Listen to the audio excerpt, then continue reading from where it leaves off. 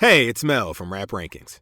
To hear the full episode this clip comes from and all of the other episodes, check the link in the description, stop by raprankings.com, or search Rap Rankings on your favorite podcast platform. And please consider liking, subscribing, and commenting to help us grow the channel and continue our journey as hip-hop's first and premier extreme podcast. Track 3, I Love You, produced by Dizzee Rascal. All right.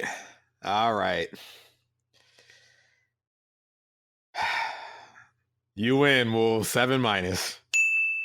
This is a Mel 7- if I've ever heard one. No. Well, you know what? It is and it isn't, and I will elaborate on why. This may be from the exasperated tone, you win. You might as well give it a 6.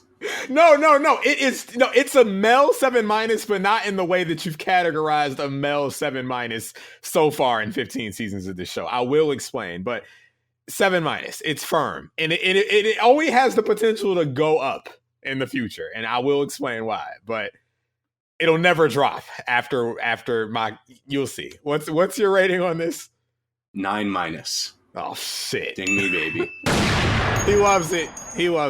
Okay? I love you, and it is my favorite song on Boy Into Corner. Wow. It is one of my favorite Grime songs of all time.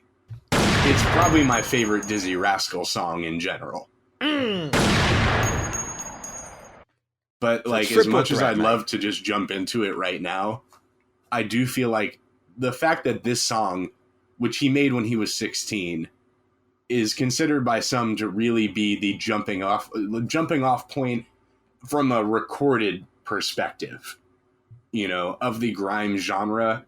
I think it's time, Mel, that we go on a little, well, it's not so little. This is actually the most archival audio ever assembled for a segment, because we're going to go on a deep dive into exactly what grime is. We've been talking about grime throughout the whole episode now, but what is it? We're going to go through the history of the grime music genre in the UK, from its rise to its fall to its revival, and then where it's at right now. So we're going to go through a lot of music. We're going to go through some interviews. We're going to go through a video essay pretty soon, at least excerpts from it. And yeah, strap in, because if you've never really given grime the time of day, if you haven't had the opportunity to really educate yourself on the history of the genre, well, I'm going to have to put on my Dart Adams cap and take you guys through the history of the genre as promised. And within that history, we'll go and do our I Love You review when it comes up in the natural course of things. Very special oral history style here tonight. The historical boys are in the building once again. Okay, this is the opportunity. We're taking this as the one opportunity to really hopefully sell you unacquainted wankers on the merits of this music. Okay, because it's a lot of bad faith, I think, interpretation of rappers from, you know, overseas. In America, there's lots of jokes. Beans and toast rappers. Oh, that mine's not hot. You know, we don't want to hear that, you know, balls, Yes. bati, and dick rap. Jesse always says we don't want to hear balls, bati, and dick rap. Okay. Okay. And listen, look, we just you don't, you don't. But if you're actually willing to give it a shot before you want to write it off, now's your chance. Okay. Right. Exactly. To actually engage with it on a serious level and decide truly if this is something you really don't fuck with, or if you've just been ignoring it for the jokes, you know? So yeah, you know, look, you're about to get bombarded with a lot of British rap, okay? So if you're at home talking about harassment, alarmed, distressed, LOL, I'm scared, harassment. Okay, well, you're just gonna have to get harassed, but hopefully we can put you on to some good music in our opinion, you know, our humble Moulz Mel opinion. So you want to do it? Yeah, let's get into it, man. Look, we got a lot to cover here. As I said, this is the most archival that has ever been assembled for one song review. So we have to dive deep.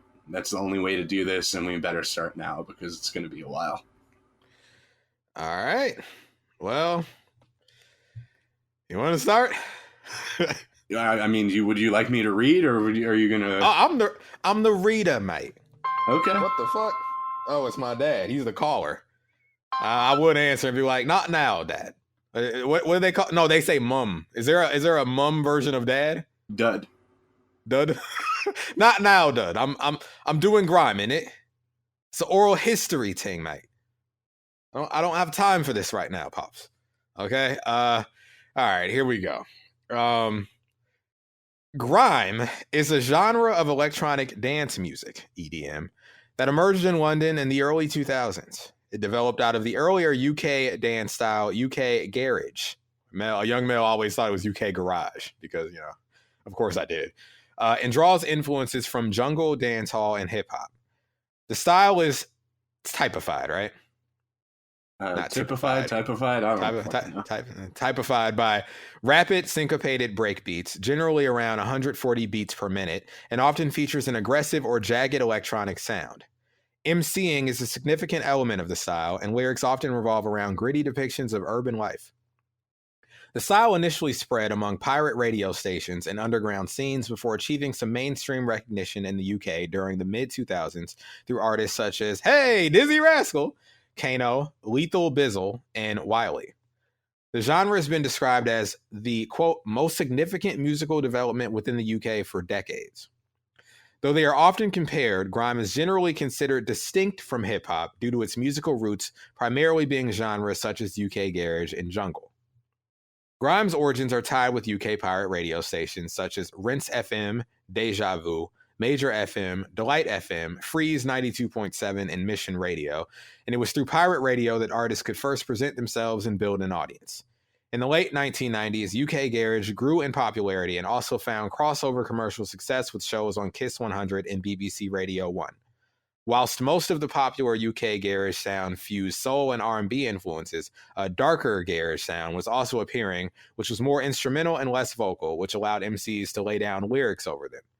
The role of MCs became more prominent on radio shows, and collectives such as So Solid Crew on Delight FM, Heartless Crew on Mission Radio, and Pay As You Go on Rinse FM would begin to pave the way for what would eventually be called Grime. Members of these crews would begin to experiment with accessible music creation software such as Fruity Loops, that's my program, to write their own instrumentals, which were cut to dub plate for shows. All right. See here, there's an excerpt we're going to play. Before we get into playing some music, there's an excerpt from a YouTube video essay I'd like to play. This is by New British Canon. It's entitled Dizzee Rascal, I Love You, and the Birth of British Grime. It's not the full essay. You got to go check out his YouTube channel for that. It's about 8 minutes, the first half, basically. All right. Well, we're going to play this excerpt from the video essay. Here we go. Never say Moulz Mel don't cite their sources, okay? We do that. Check it out. Grime is perhaps the most important British musical movement since Britpop, an electronic music formed from equal parts two-step garage, jungle, and hip-hop. When it emerged in the early 2000s, it was exciting, innovative, and entirely the UK's own thing. Grime had existed before Dizzee Rascal, though yet to be named as such, but he was the one that brought it to the masses. His debut single, the jittering grime bounce of I Love You, burst the teenager onto the national scene. Fizzing with his energetic yelp, it was what Simon Reynolds would later describe as Grime's Anarchy in the UK, and the scene would soon follow in Dizzee Rascal's 140 BPM, sub-low footsteps. But how did this come about? This is New British Canon, and this is the story of I Love You.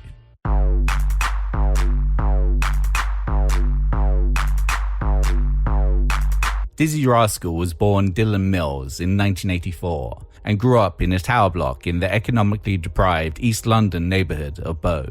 Within spitting distance of the late-stage capitalist paradise of Canary Wharf, Mills grew up acutely aware that there were limited means of getting out of his postcode of E3, even fewer that were legitimate.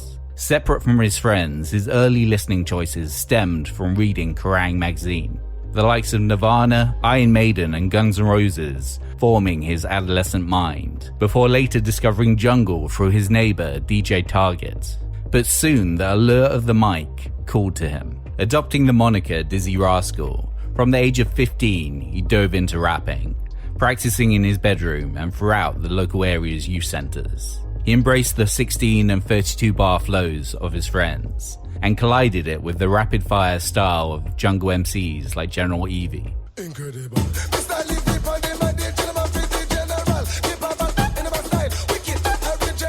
Unlike a lot of British MCs at the time, Dizzee never tried to disguise that he was from London. 3 + 2 + 3 + 1. Me love me all gun, make up where from. Ain't no comedy, ain't no fun. He came, he test, he got stung. I thought it would be heavy to sound English. I listen to a lot of US hip-hop, and I know that is how they talk in real life, but a lot of UK hip-hop doesn't do that. My influences are from jungle, and many of those artists still keep their English accent, and I respected that. At the time, the dominant sound on commercial radio stations like Kiss FM and in London's clubs was garage, an evolution of UK dance music, heavy on aspirational lyricism, sung vocals, and smooth R&B flavour.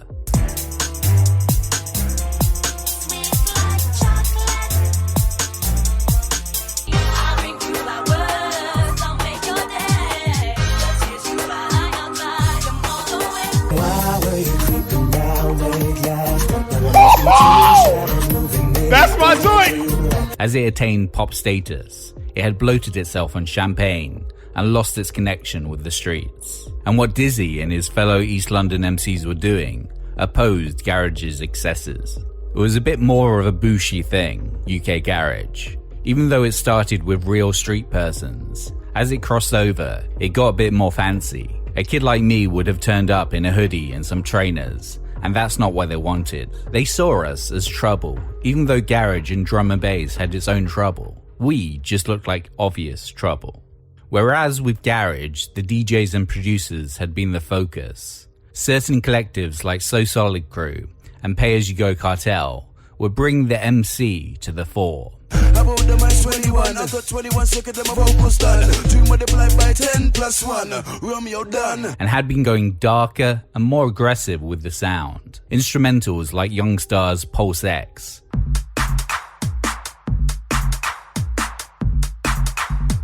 and Wiley from Pay As You Go's Eskimo.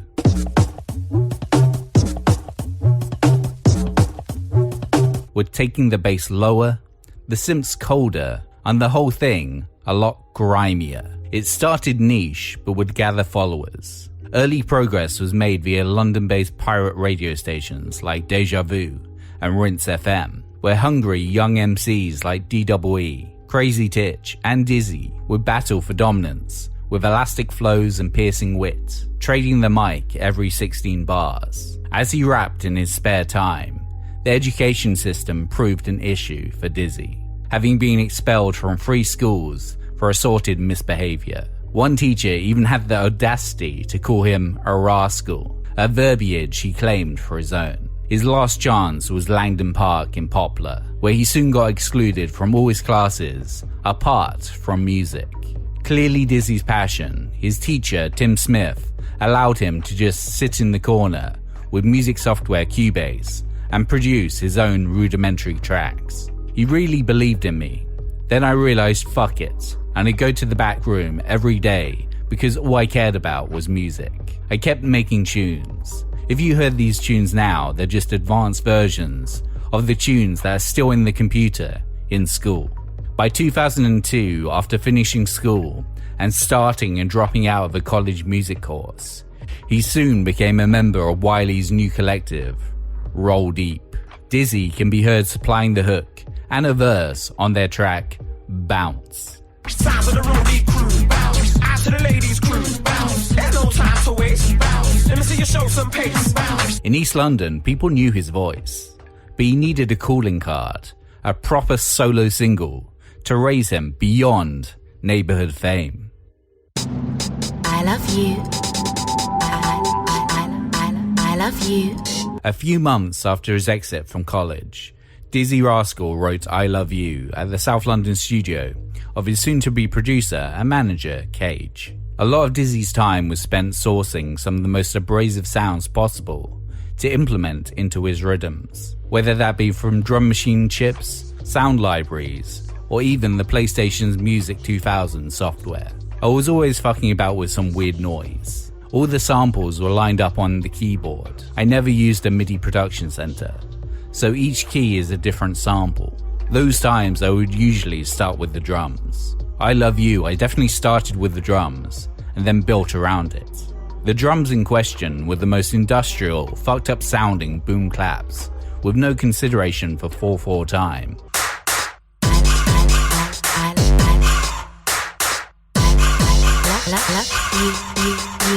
Adjoined with the dirtiest synth bass Dizzee could get his hands on. She's a bad girl on the bus though. It's Captain Roscoe with a crossbow. She came, she got kicked off, yo. For all its shit-starting allure as the track that legitimized grime, I Love You only took Dizzee half an hour to create. For the track, Dizzee had been inspired by Dirty South hip-hop group 36 Mafia and associated act Hypnotized Camp Posse. Their tempos were more akin to the 140 BPM East London tempos that I was used to.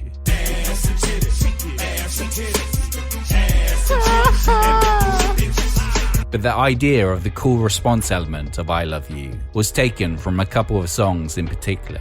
The actual structure of it was trying to emulate Is That Your Chick and What's Your Fantasy, those boy-girl call and response tracks that came out around the same time. I wrote the lyrics to Is That Your Chick? Why you acting so funny? You know she been flirting while you working behind the curtain, knuckle jerking for certain, popping that pussy. Sweat me to no blue with his left when I come in. Fake yo know where you say that's poor. Some poor banging niggas all what for? Pregnant, what you talking about before? I didn't have instrumentals. If you listen to the strings on I Love You, She know, she keep calling my phone. She don't leave me alone. She just moan and groan. She keep ringing me at home. These days I don't answer my phone. that was me trying to do the strings on What's Your Fantasy. Lick you from your head to your toes, and I wanna move from the bed down to the floor, and I wanna. I Love You opens with ominous synths and an increasingly robotic and cut up sample of its eponymous phrase. I love you. I love you. Strongly implying a looming nightmare. And in a way, it is. The song tackles an unexpected pregnancy. Fake yo know where you say that's poor. Some poor banging niggas all what for? Pregnant, what you talking about before? 15, she's underage, that's raw. And the anxiety, blame throwing, and denial involved. Yo, some bitch, you know. She keep calling my phone. She don't leave me alone. She just moan and groan. She keep ringing me at home.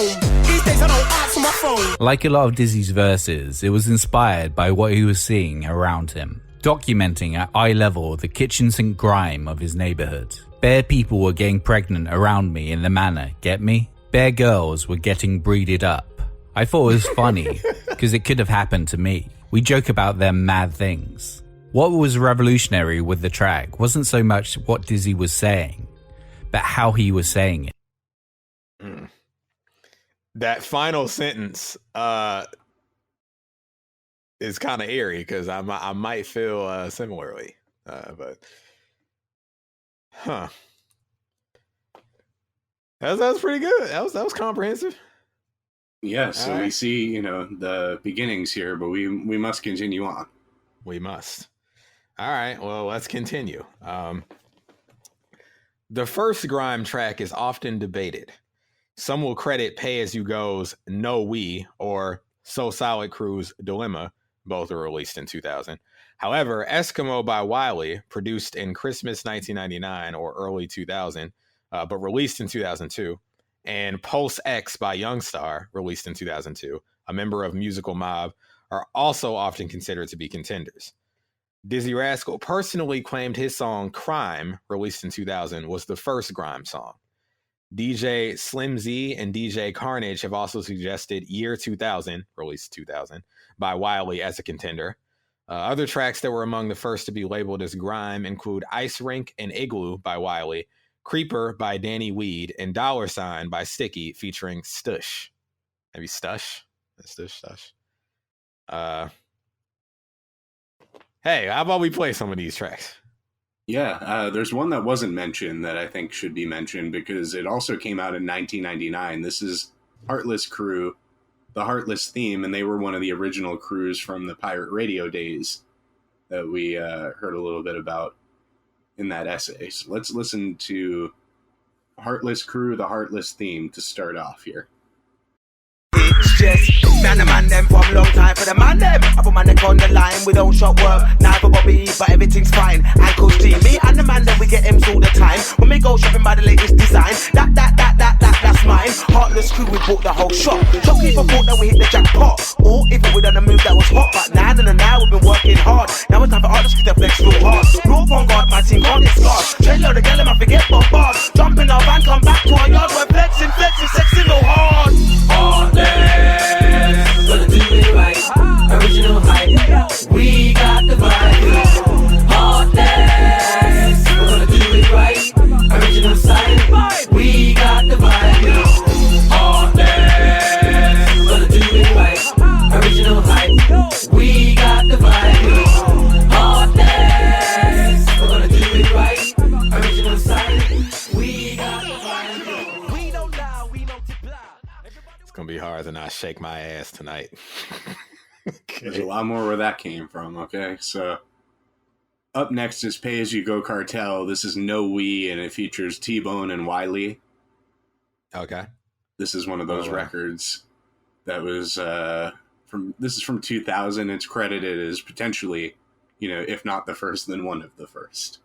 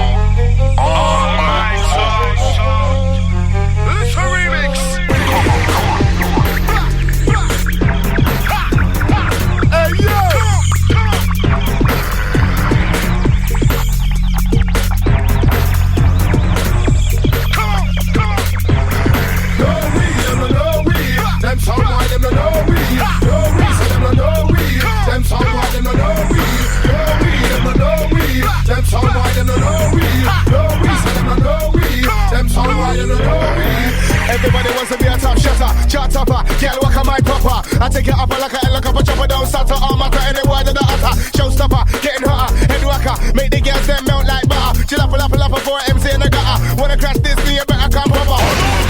But them like Ken, triple dragon, never come back again. Punks, imitators, fussy hoes, when they would've known and step to my flow. MC major, rearranger, you see danger. Never been a troublemaker. Finish what you start by ripping you apart, I'm feared like the great white shark. No weed, them some why them no weed. No weed, so them no weed. Them some why them no weed. Can definitely hear like that garage in the drum pattern up top. Yeah. Hey, we got more. We for sure got more. Okay. So, we did Heartless Crew and we did Pay As You Go Cartel. So the So Solid crew is another one of the early crews from the pirate radio days. Really the architects of this shit. They were also credited with this record Dilemma, released in 2000. All right. Allow me to demonstrate the skill of Shaolin, the special technique of shadow boxing. Ladies and gentlemen, may I have your attention, please? We're now ready for takeoff, so please fasten your seats.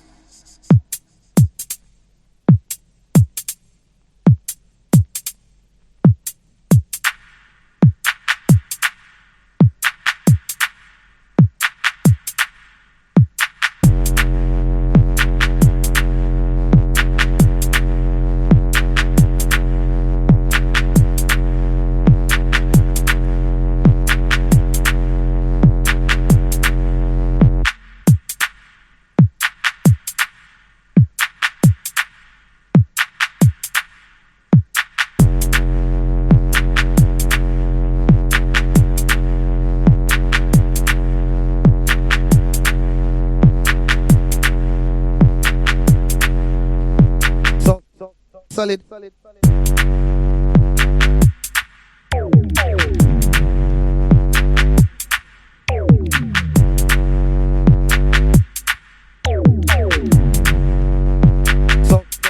solid.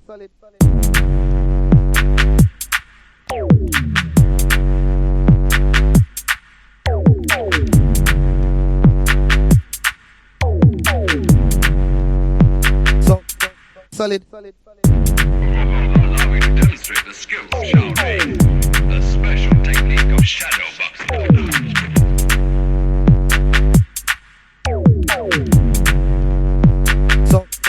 Solid. Ladies and gentlemen, may I have your attention, please? We're now ready for takeoff, so please fasten your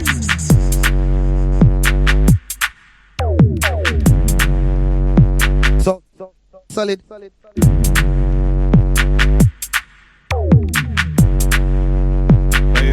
Is they gonna rap? No, not all these tracks have rapping on them.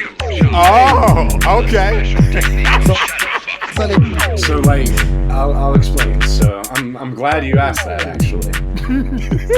Because So, my like, dilemma was like, should I fade this? You'll know if that's they're the real rapping dilemma. or not, you know, within like the first minute. Got Probably. it. Especially as we continue on, they'll start rapping sooner into the tracks. But yeah, like that record, Eskimo by Wiley, Okay. that was mentioned, and we heard a snippet of it in the video essay we were listening to. Mm-hmm. That's all instrumental. This record, Igloo by Wiley, which we're going to play in a little bit, I believe is also instrumental. And then eventually what happens is these instrumentals, they get like the dub plates, they take off.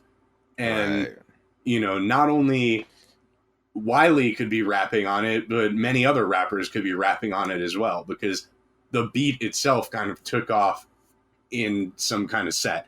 Now, So Solid Crew might have rapped on that beat, but they might have only rapped on it on the radio. Right. Okay. Got it. Hey, Jesse, if you're listening, and I hope you are, we can be the revival of the new So Solid Crew when we hit that nursing home and be off that Viagra. When we walk in the building, all them elderly shorties, they know we're going to be bricked up. Brother, So Solid Crew coming 2074. Okay, it's not time for me to be horny right now, fam. What do we have next? So this is the record that Dizzee Rascal says is the first Grime song. He has personally claimed this record as the first record in the genre. It's Crime featuring Red Rum and Sharky Major. Sharky Major. Okay, well here's Crime, y'all. With a K, that is. Check it out.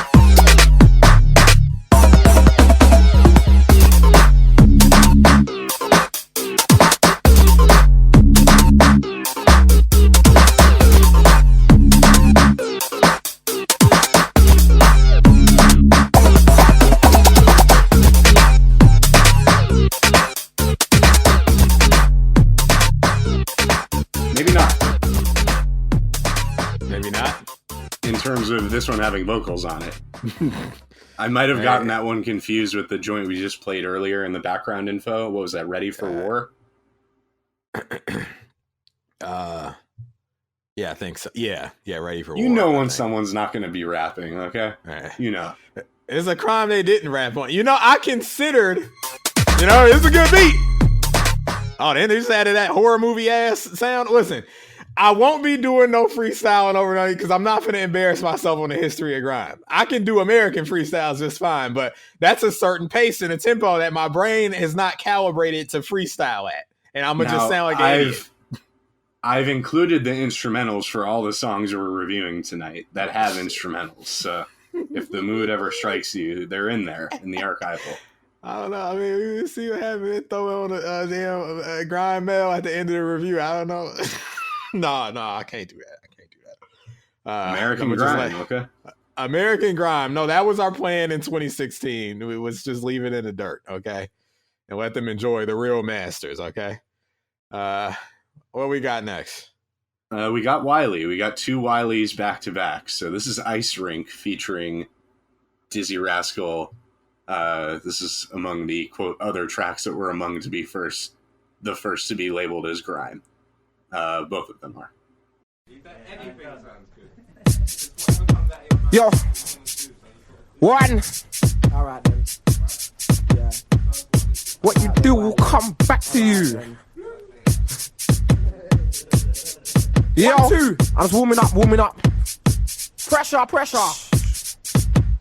We got the North London crew, we got the South London crew, East London crew, West London crew. Yeah. Look. I got a rude attitude, far from a role model, I'm so full of trouble and I couldn't give a rat's clock, not a beer, couldn't give a rat's ass of a shit and I still behave raw, no love for the law, feds bother me more and rags. I don't care where you live or who you with, you will get buried in the grass. I say what I say real fast, say it with styly, say it with class. But when I'm dirty, I said it in the past. Don't like me, I say kiss my ass. Kiss from left to the right, kiss to my black bum cheeks turn white. Kiss my ass for the night, don't stop till you see daylight. Tiptoes, laughing, always nice, that's that shit goes. You know I go on the block cause we're blick rolls. And I can't be seen with these.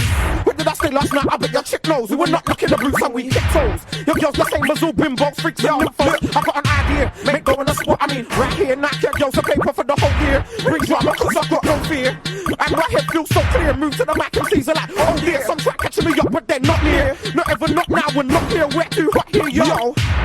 Yeah, I wanna care. Left that boy in a gutter somewhere. Took life over when I took rare. Make you wish you were born elsewhere. I gotta watch that yo out my hair. She's old news, everyone's been there. No, we're not equal, no, we're not fair. That girl, anything she gets here. And that MC is down. Tell him I said it and I said it real loud. Going around, he's going around. That way tried it, that way found. Okay. All right. Now this Igloo, there's no rapping on here. There will be eventually, but we'll get to that. Okay. Well, check out this Igloo.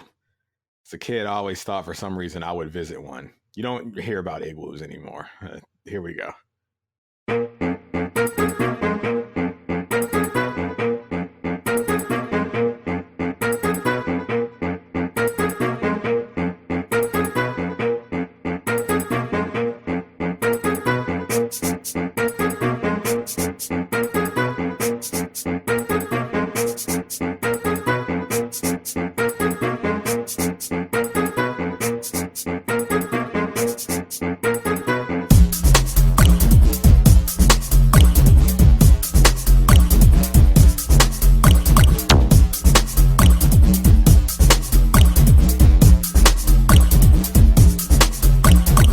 know you ain't expect man on grime. These other Americans cannot rhyme. Few archives of girl, your hair crime. Could've rapped in, but it wasn't my time.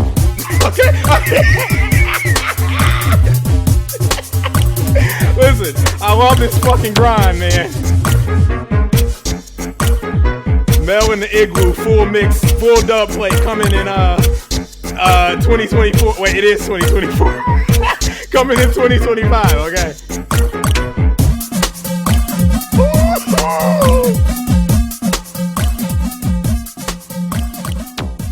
I'm gonna say something. It's amazing, like going back listening to those pirate radios. They have a lot of broadcasts like archived on YouTube. How these guys are freestyling to this stuff. Like I could write to that and do the grind thing. I can't think at 140 beats per minute, man. That's what I'm saying. I had to write that real quick. I could get 4 bars in, and then I need to think about what it's moving too fast for my brain. You know? Like, I could rhyme to it, but it wouldn't be a grime cadence, which would be a disservice. You know? Yeah, for me to do it the right way, I'd need to write to it. And I could do it, but I couldn't do it off the top of my head. No way. Yeah. So we got 2 more that are, among the very first. Right. And it's Danny Weed, Creeper, and Sticky and Stush $. So let's listen to those and continue on our journey. It's Creeper. Okay, this could be my shit. Let's see. No pulse, no pulse. No breathing, no breathing. No heartbeat, no heartbeat. No.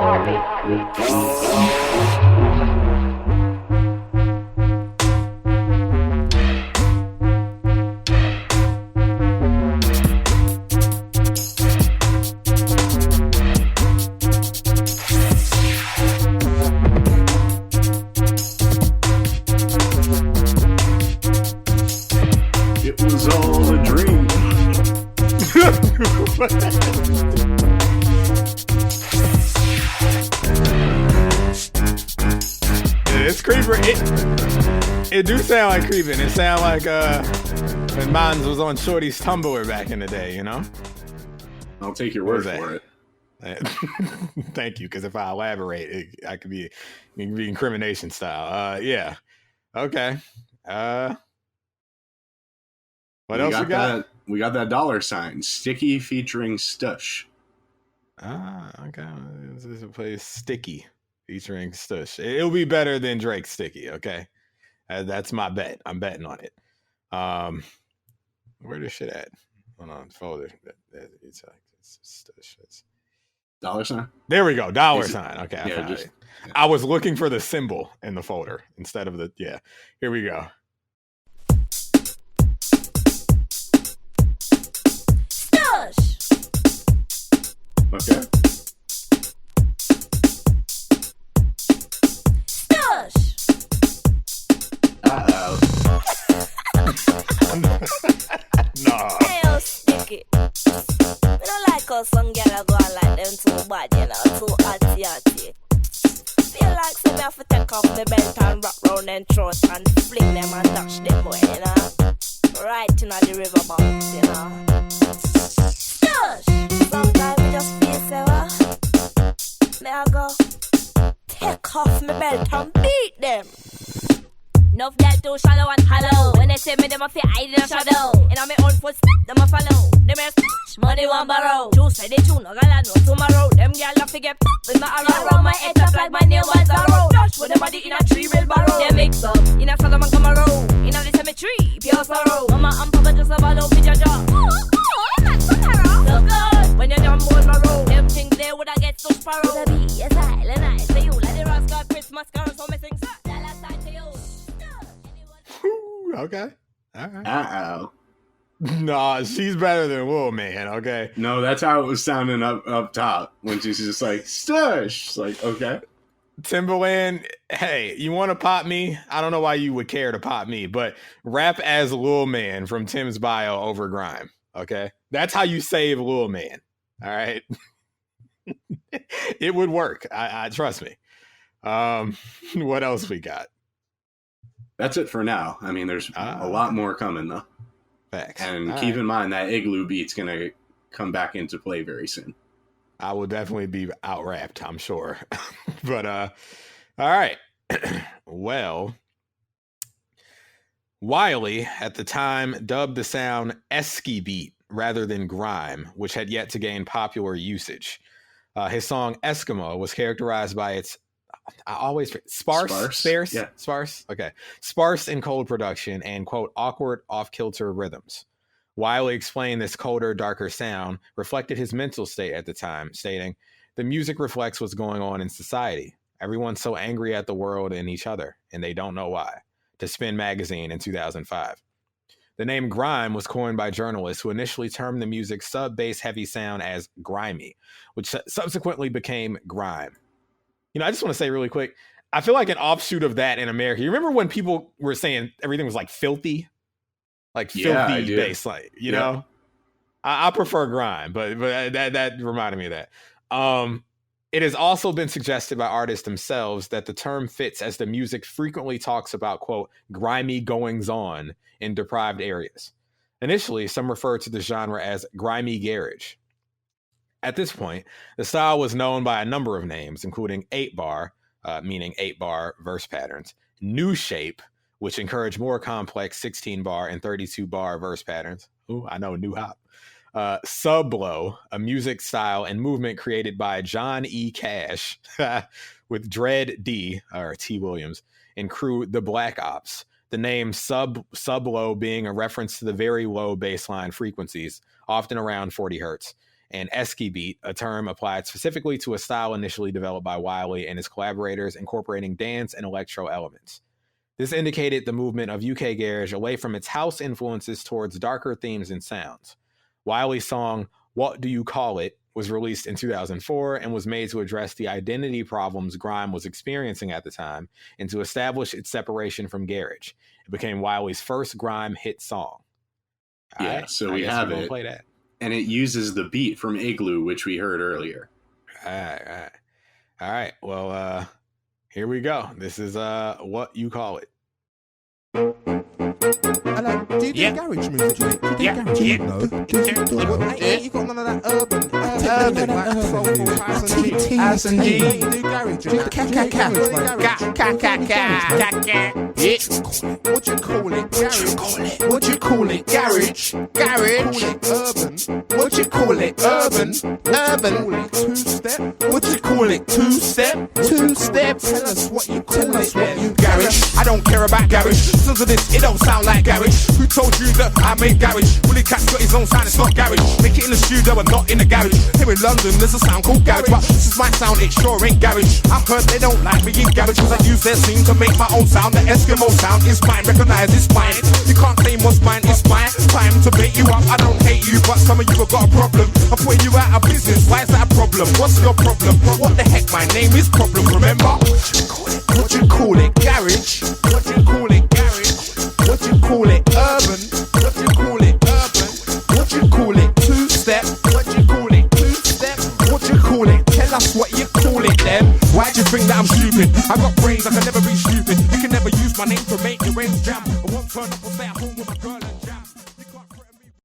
I love him just very early on, relatively early, just going ahead and just making the separation.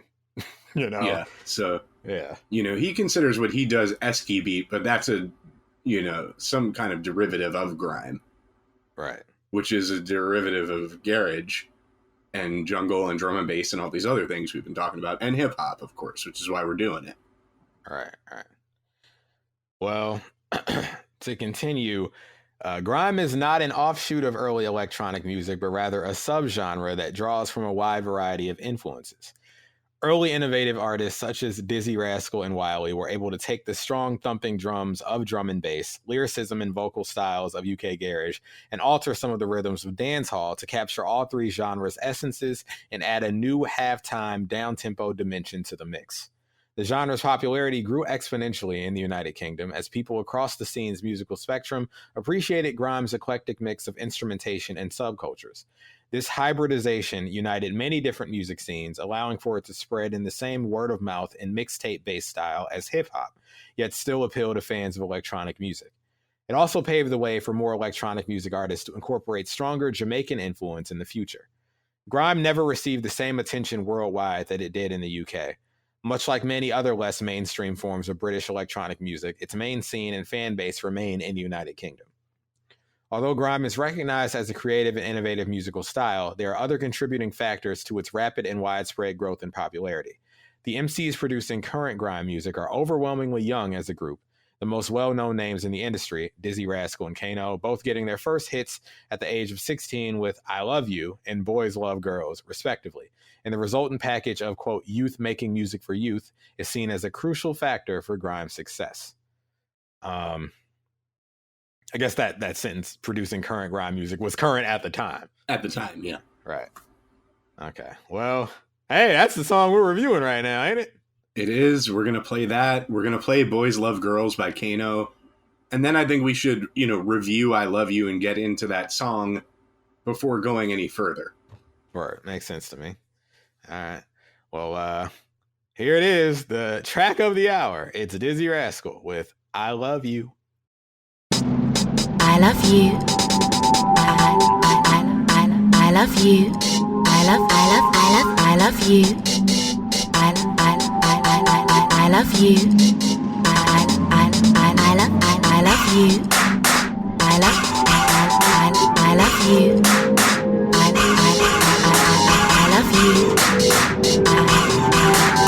I love you. I love you. Love you.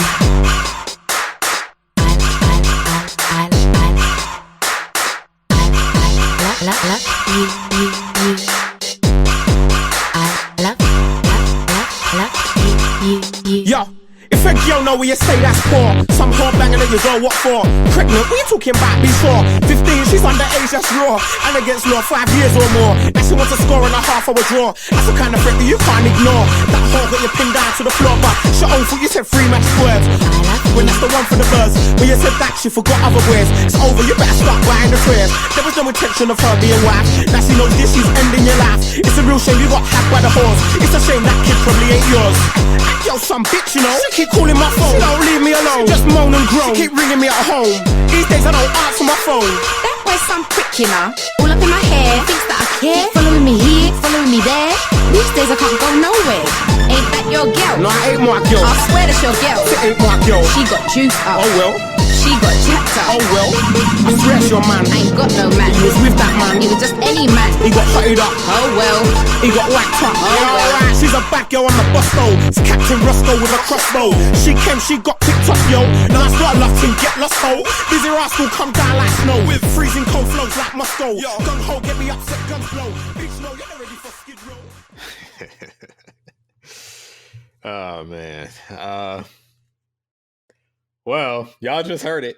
I had a fucking journey with this record, but we'll get into it.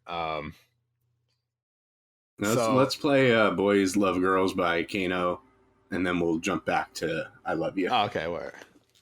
Boys love girls. Wait, was Drake probably was he playing off this when he made that "Girls Love Girls"? No, of course not. Well, we know him. He think he British sometimes. He ain't British. Okay. Well, he ain't. But here we go. Boys love girls, get the girls that they love boys, and boys love girls. Girls love boys, get the boys that they love girls, and girls love boys. Boys love girls, love boys. Boys love girls, love boys. Boys love girls, love boys. Okay, boys love girls, love boys. Yeah, Kano, from the bedroom to the plastic. Let's do this. Boys love girls, love boys. Mine's right, mine is right. Sipping the bottle of something, bust mic all night. Nobody could tell me nothing. This girl, so what? She must have talked to me. It's not fair, don't care. You choose. Good as shoe says Puma, and mine says Parada. Sweet burger, sour way. What would you rather? I could be sweet burger and meet your father. I could be sour and leave in an hour. But if sour's what you like, then that's still alright. I could be a one night. Boys love girls, but they don't trust girls. Any girl could be a two-timer. Yeah, act like you're sweet and you're not cheap and not that cheating type. But it's a shame, I know the game and every girl's the same. Boys love girls, get the girls that they love boys, and boys love girls. Girls love boys, get the boys that they love girls, and girls love boys. Damn, they had the preschool jumping. Okay. So look, those were both when they were 16 years old. Both "I Love You" and "Boys Love Girls."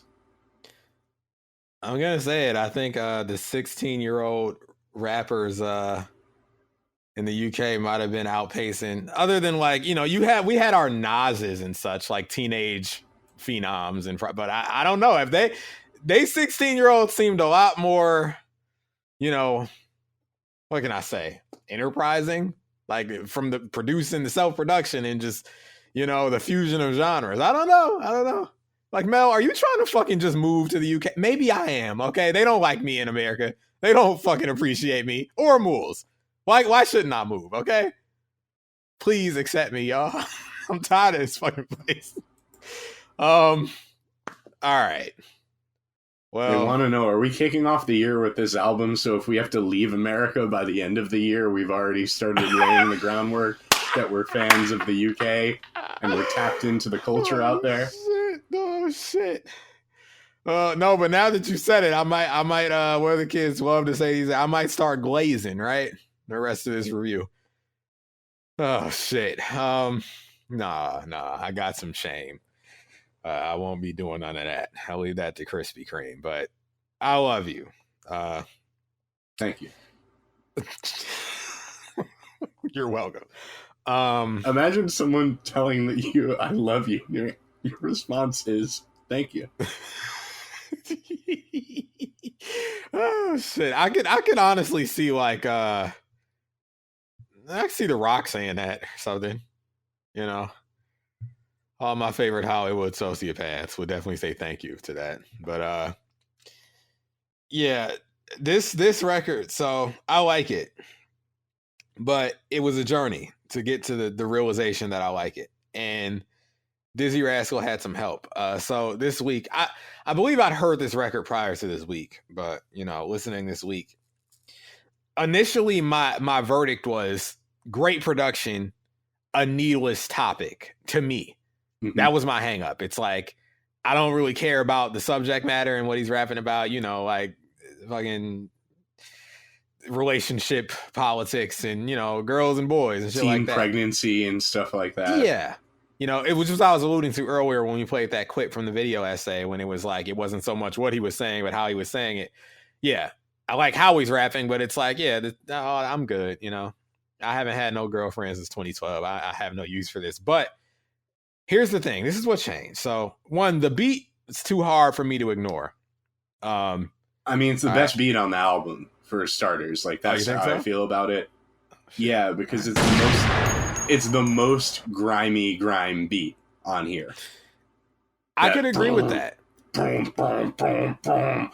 That bass, I've never heard I'll get into my history with it, but it was especially hearing this song back in the day just blew my brains open to the possibilities of rap and rapping that I never thought possible, like never even considered this kind of music as a template for that kind of stuff. Right. But continue. So your journey with this record this week, you're saying? Yeah, I mean, I always locked in with the production, and this is how I know. Like, I'm a Grime fan. Okay, no need to muck it up, in it. Don't even ask me how. But I like Grime because when I hear this production, I like it, and this is consistent with Grime. So it's like I have to be a Grime fan. So I was never having a problem with the production. But here's what happened with me. So I was on the border because we had talked on the phone, and you told me like we were kind of gonna use this track as the jumping point to get into the history of Grime and just lay it all out there. And I was like, damn, I don't know. It's at a 6+ right now. It's the topic. I don't know. So folks, I already told you what happened between us doing part 1 and us doing this review proper. I got in the accident, but here's what's funny, y'all. So when I got rear-ended, when I was at the stoplight, and the sudden explosion of violence and sound and everything from being rear-ended, this is the song that was playing when I got smashed into. Now, you might think, Mel, that's bad. That's traumatizing. You should probably never like the song at that point. Well, I'm a fucking crazy person. Y'all know that. But this is what happened. So I got hit. The car smoke. I smell smoke. The hood's all bunched up. Both airbags pop out. I don't know what's like. I'm disoriented. I'm like, holy shit, what just the fuck? But the song's still playing. The stereo's still working. So it's that boom, boom it's going on. And he's still rapping, I love you, stuttering. And it's the end of the song. So he's still like, he's doing the little outro portion. I instinctively get out of the car because the car's smoking. And I'm like, oh shit, I could burn to death. I want to die, but not like that. So I get out of the car, like reflexively, it's like, oh, I got to get out of here. I feel like a kind of a pain in my chest, but I think I'm all right. Like I don't see blood. I'm not like barreled over. I'm able to walk. I get out. I'm just in shock, but I'm in the night air and the song's still playing loudly because the turn up to 39, my default in the Kia Rio. And I'm standing there and I'm instantly reminded of that tweet of that, or it's like a video, it's like a TikTok of that guy who gets in an accident. I'm pulling it up right now. You pulling it? If you might be able to pull it up faster. But listen, it's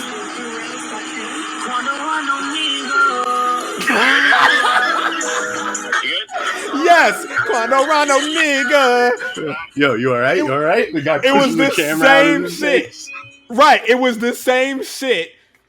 Except it was just like, man's talking about, that girl's from school, that girl's from college, that girl gives brain, that girl gives knowledge. Like that's what's going on. By the way, perfect verse alert, my favorite rapping part of the song. Okay. Yeah, it's like that's going on. Actually, more specifically, like it was the outro, so it was like that little final sequence. Like I'm articulate, I'm not an idiot. All that's going on, and I'm just like outside, just disoriented. But in that split second, I'm like, this is kind of comedic, and it's also dawning on me, whatever just happened wasn't my fault. I'm not at fault here, so like. The aftermath will eventually be taken care of, but it's like I'm in the night air. This British man is rapping to this grime beat. The lady who I hit as a result of being rear-ended gets out and she's like, "Are you okay?" And I'm getting ready to respond, but like the music's very loud, so I'm like, okay, I need to walk back towards this smoky car. I could die in this moment reaching for the stereo, but whatever. And I turn it down and I'm like, yeah, I think I'm okay. But in that moment, I realize I am now tied to this song at the very least, but maybe this album and this artist in a spiritual way. It's now deeper than music because the song that was playing when I could have died was "I Love You" by Dizzee Rascal, and I feel a deep connection to it now, and so that put it over. Once and for all, I was weighing my options. Like, is it? But a 6+? we still get the Mel 7 minus? Even this man almost died. We still only get a 7-. Well, here's the thing: it can go up in the future because here's the thing: it wasn't just the accident; it was me getting home and writing the notes. Thank God and for I got CTE, bro. This song was saved by CTE. It wasn't the CTE. It was just like it was just listen. I survived. And this is the soundtrack to me almost dying. And also, when I had the headphones on, writing the notes, pressed up against your ears, less traffic noise, the noise of the road. I'm able to focus more because I don't have to worry about driving safely and everything. I can also sift through the accent better. So it's like I'm locked in because it's not like I can't understand him. It's just in the car, things kind of fly by. You have to just restart the song because you missed some shit. I have nothing else to focus on but the song when I'm at home in front of the laptop. So I'm able to better ingest what's happening. And I'm able to understand more. Like I said, I'm going to just say, ain't no verses for me, but that's fine. Because what I do really like is the beat and I like the chorus. I can't say ain't no chorus. I like the chorus quite a bit. I like the back and forth between him and the girl. I pop for the oh well. Okay, that whenever she says that, verse 3 is a perfect verse alert for me. Okay, it is. You know what's interesting to me though? The verse 3 for me, I do like this idea of like this train. Well, I don't like the idea of a train being run, but the fact that it's a British train. I know that pops me, 6 in a line. Believe me, that's not a good sign. Okay, it's not a good sign, but like, damn, like they're British. I don't know. It's funny. It's just it's really like the delivery of it all, and just like the energy. He says, "I like your girl, so you better look after your girl, or I might take your girl, make your girl my girl, switch your girl with Michelle, switch Michelle with Chantel, replace Chantel with Chanel. Lyrical clientele, but I ain't a bull cat. I don't like the smell. I'm gonna go through a shell and make a boy feel unwell. That girl from school, that girl from college, that girl give brain, that girl give knowledge, that girl give head, that girl give science, that girl give PJs at all times. She look decent, she look fine, but she don't talk." Listen, that whole shit is crazy to me. Over that beat too. It's over the perfect beat to do that on, So it's like not lyrical content. Obviously, no, not perfect verse alert, but like perfect verse alert because it takes me there, Okay. Like the energy is just unparalleled, and I respect that. When I heard this record, man, like I can't overstate how crazy it sounded to me at the time. you know? Well, I can understand to American ears. This is, and there, I mean, there was no grime talking before this shit, right? Like, to me, especially, like, in New York, where am I listening to grime? So when my friend gave me the CD, he played me Fix Up, Look Sharp, which we're going to talk about later on. It's not a grime record. So I hear a British guy rapping on the big beat, and I'm like, all right, this is cool. Like, I'll check it out, you know? Come on.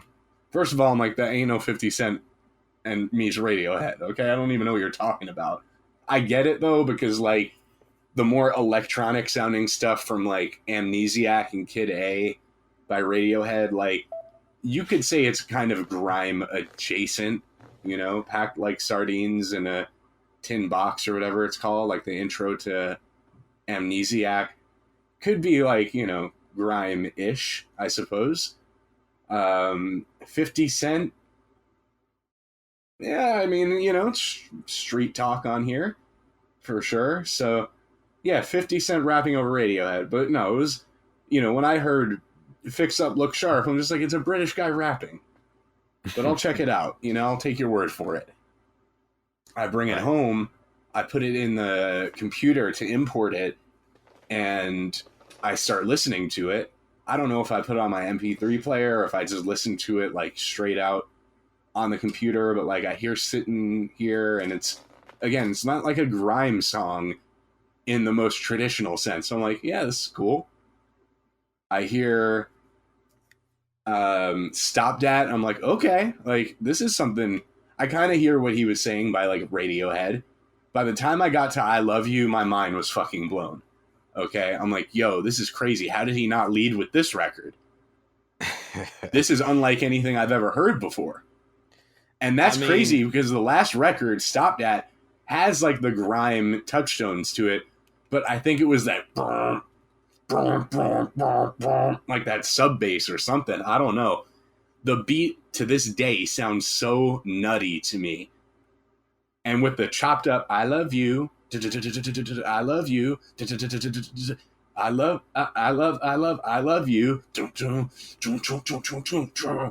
love you, I love you. That shit's crazy. Are you kidding me? It's a beat? I can only imagine. I mean, yeah, this is mind blowing to, you know, Young Moulz's American ears, but the way they're talking, this was revolutionary to in British the UK ears. Yeah. too.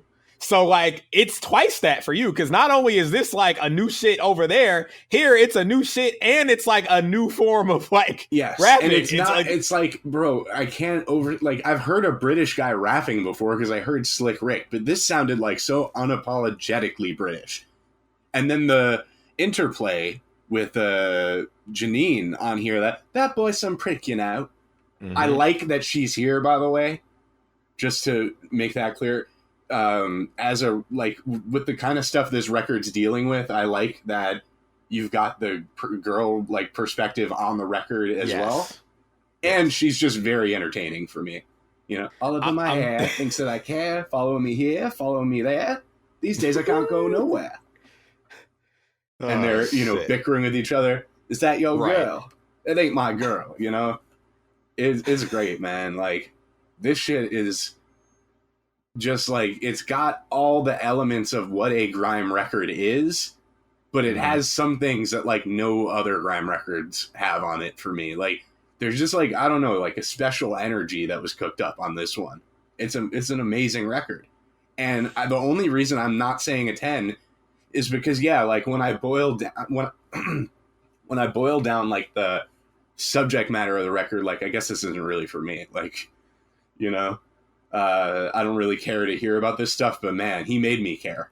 And I find like Pac is a guy like that too, where like he'll talk about certain subjects that like, man, I don't want to hear records about this, but the way he's making it sound is just like he's making a great record regardless of the subject matter. And that's how I feel about this. Like, that's like so secondary to me on here compared to the music and the energy that he has when he's rapping and just how the song makes me feel. It's true because like at the top of the chorus, you know, all week I've been on that girl some bitch, you know. Because here's what's funny to me about that line. Like, niggas this is proof, because he's in the UK, niggas all over the globe, you know, when they get around their boys and get to complaining, like, man, this bitch. Like, here's what's funny. Like, I never use that exact terminology, like this bitch. But, like, it's always funny, like, to see somebody in that state of mind and they get to ranting. I feel bad for him, but it's funny to witness, like, man, this bitch got me going. Like, whenever niggas get on that this bitch shit, it's very funny to me, because it's like, you know, it's always easier from the outside looking in and be like, well, you probably should have just done this or done that, or look at it this way, or just, hey, you tried listening to her, you know? But, like, the energy, the delivery is it's very funny. It's very catchy. So I relish in his frustration. And like you said, I like the balancing act of having Janine on here to you know, be also irritated. When she hits that, oh, well, to me, it sounds like Daria, but like her in an argument with a guy. So she's like slightly more excitable than her usual monotone. It's like, it's still not like she's all the way flustered, but it's just like, oh, well, like, you know, like I fuck with that. I fuck with the chorus. I fuck with the delivery. I heavily fuck with the production. And also, I'm tied to it now. It's a part of my life in a what's the word? Our payout has arrived for our t-shirts. Our sales. Our payout. Oh, the money, my $18? The PayPal. Yeah, I'll be sending it to you tonight. Mine's got 18 pounds to play with now, you know? Are pounds actually, what is the equivalent? It's less than 18 pounds. Oh, shit. I think. I don't know. Where are they at right now? Is their money worth more than ours? Who gives a shit? You know what's fucked up. Let me see. USD to pounds. Pound. Yeah, pound. Euro, right? 1 United States dollar equals 0.78 Oh, you guys. All sterling. Right, so never mind. Yeah, $18 is more than 18 pounds. I guess so. But are pounds more valuable? Does that Good say question. whether, you know? Right. I don't know. I don't know. It's better over there. Please let me in. We love pounds. What are you saying? We love pounds. How you love pounds? You keep bragging about you lost 18 of them. It's like, well, no, there's a No, we different lost kind of more than 18 pounds. And listen, don't let me get started on what's owed to me by my my former employers. Okay, in pounds. That job's some prick, you know. Okay, they owe Moulz some Moulz, prick, you know. You know, come on. They owe Moulz so much money. It's fucked up. All right. They wouldn't do us like that over there, okay? Yeah, you guys would just give us a pound, you know? Dab some pounds. You know? Exactly. But yeah, there was an I Love You remix, Mel, with Wiley and Sharky Major, which I brought in. Ah. As well as a Stormzy record that, you know, is either inspired by or samples this song, I believe. Well, shit. Let's play them. Is that a I Love You remix? I love you. I love you. I love you. I love you. I love you. I love you. I love you. I love you. I love you. I love you. I love you. I remember when I used to say it. I love you. Never scared, always saying it. I love you. Cause I really felt that. I love you. And I really believed that. I love you. Some girls told me. I love you. But I'm sure they didn't mean. I love you. Cause would I really hurt you if? I love you. And would I give you pain if? I love you. And that's what I got, so I love you. Don't mean much, but I love you. I love you. Won't be forgot cause I love you. they're serious words. I love you. But I don't want no love. Cause I don't need your love. You can keep your love. I love you. Yeah, I'm sure that you do, cause I feel like it too. But I can't be with you, you still say I love you. Yeah, it's playing with my mind, cause I think that you're fine, but it just ain't the time. But you say I love you. Could you teach me to share? I don't know how to care. It just wouldn't be fair. You still say I love you. I just wish you wouldn't know, cause now I've gotta go. Understand, I'm not your man. I want an intelligent girl that can rock my world. A female with brains as well as looks. A rough thing that likes to read books and cooks and hates when I mix with the crooks. Prestige only wears Prada suits, the kind of girl I want to have. One thing about Brits, mate. They were on that emo rap wave early, innit? Okay. There's always been like emo hip hop, but like I feel like it became acceptable starting in the small penis rap. But yeah, I have some emo grime from around this period. That's definitely it's not the first emo rap, obviously, right? But it might be if you consider the fact that these guys were the mainstream rappers of their country. You weren't seeing too many mainstream rappers in the U.S. on that tip. We'll talk about one this season. We got Beanie Siegel, The Becoming. Yeah. I mean, it's just clearly they were more open with emo subject matter, on a larger from level. From the onset of the genre, whether they knew they were creating a genre or not, Right. And it doesn't hit like the American small penis rap. Like you might be hearing me say that, and it's like, did you hear that beat? It sounded like a music box lullaby. It's like, nah, that's real mournful vibes. You gotta really be emo to understand. Okay, I'm emo Mel. I'm an authority on this. That doesn't feel like, oh, I'm listening to like my main man Drake talk about girls. There's heartbreak in that's different. Okay, and I think because they rap in a way that doesn't feel like a put on. He's serious. Like there's a level of seriousness to when he's rapping. It's sincere. It's totally sincere, So like, yeah, I like it. It's part of why I like, some of this UK rap is I get my emo fix too, on top of the beats being a lot more energetic than some American hip hop production. But yeah, we got this Stormzy. We got this Know Me From freestyle by Stormzy. What the? You hear that? What the hell was that? Was that one in British Trains? Someone was on road, Oh yeah, mine on road, right. They drove through Moulz's ends. I'm back on road. Yeah, back on road. Here's Stormzy with Know Me From. Yo. Z on production. I don't even know what to say. Okay. Paintings on my WhatsApp and my iPhone too. The brown skin girls and the white ones too. Girls love me and I love them too. I was on the roads when Dizzee made I Love You. We'll talk about me, better hashtag murky. Can't chat about speed like my cabman surge. Shout out to my big bro Wiley, that's a bad man from early. Look, I'm a boss man like Birdie, I'm a bad man like Surge.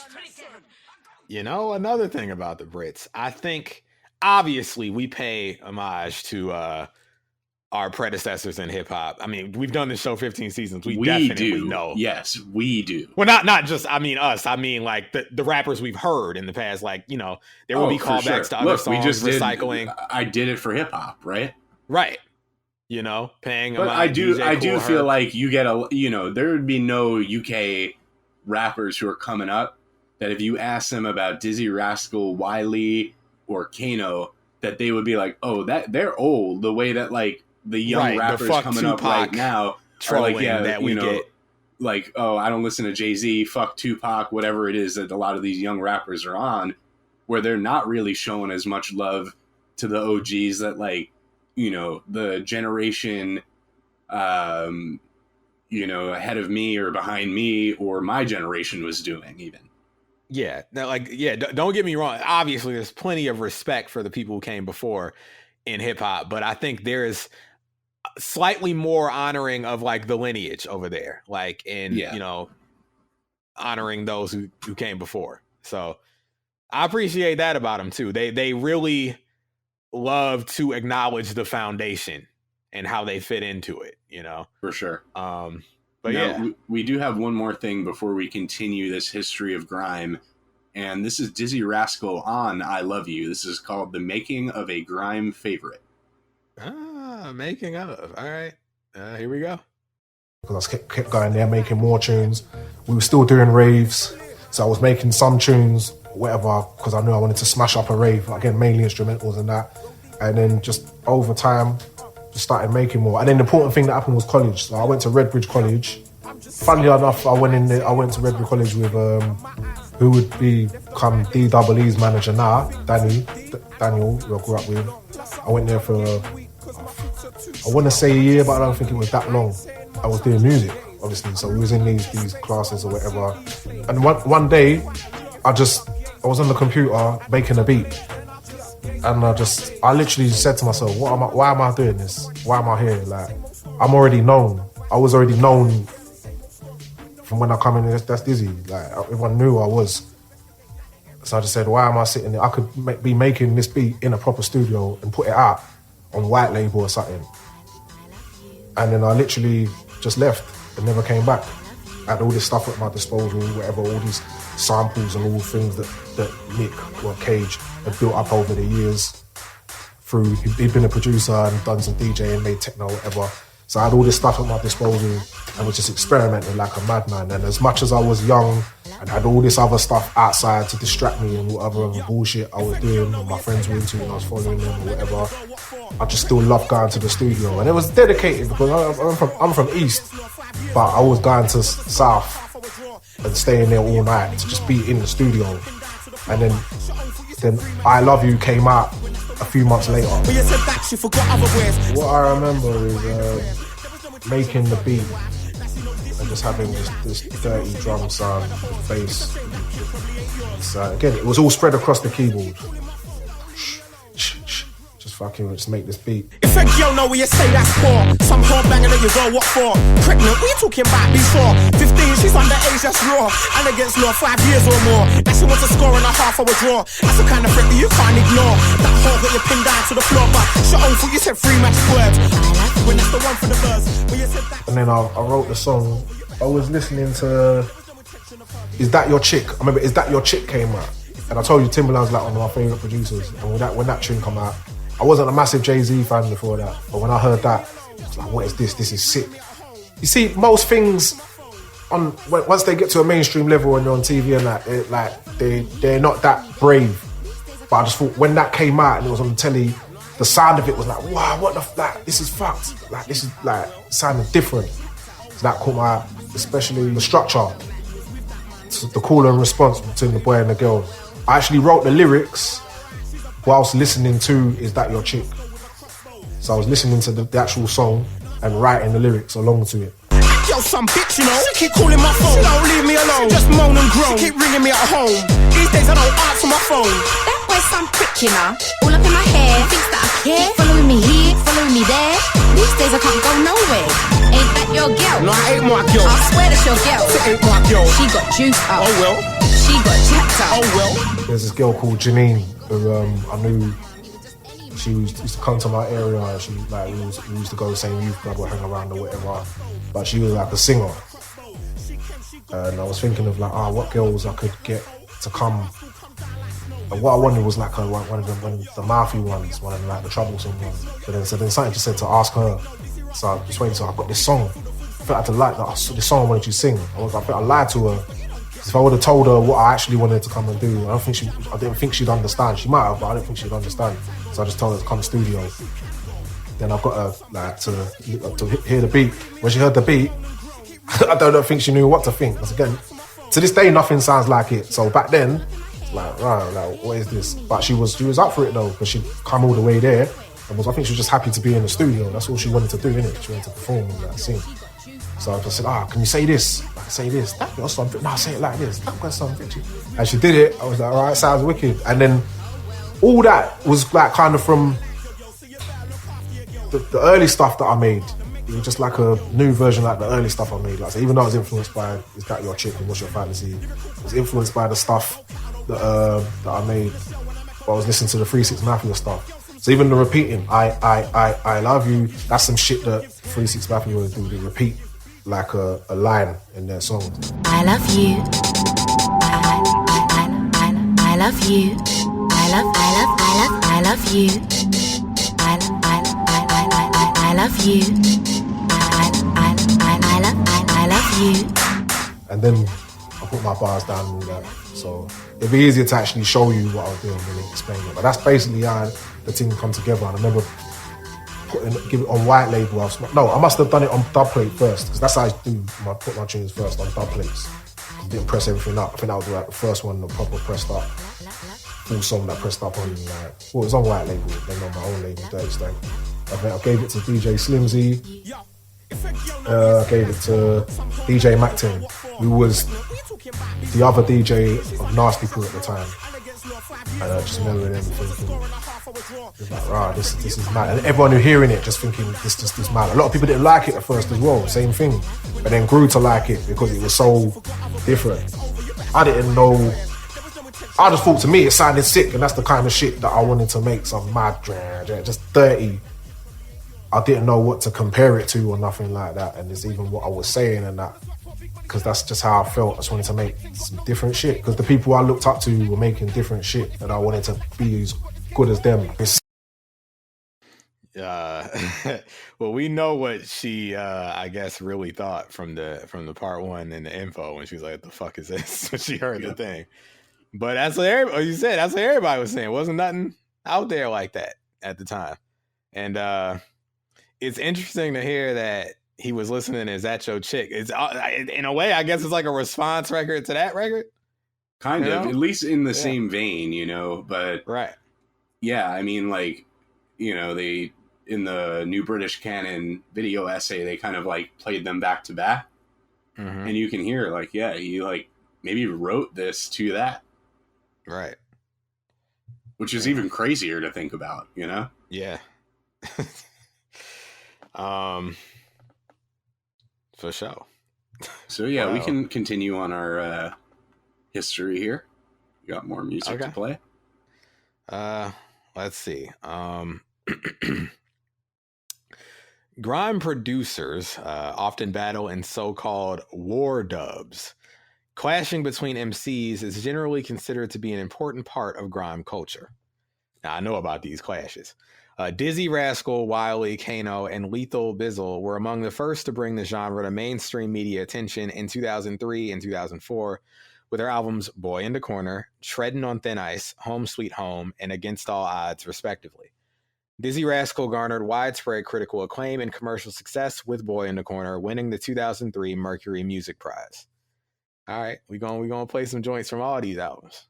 Yeah, starting with the album we're reviewing right now. Let's play Seems to Be. I want to hear that Seems to Be, huh? Another grimy tune that we'll be talking about later on. That tune. How have I not said that tune yet? That's crazy. All right. Let me get it out my personal files. I can see it in the photo. Hold on. Boy in the Corner.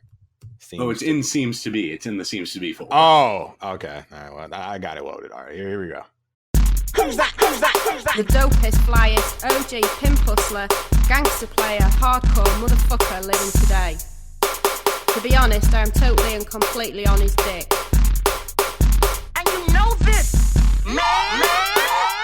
It's the return of Dizzee Rascal. The boy never do yet, they can never set side. Stop that, get that.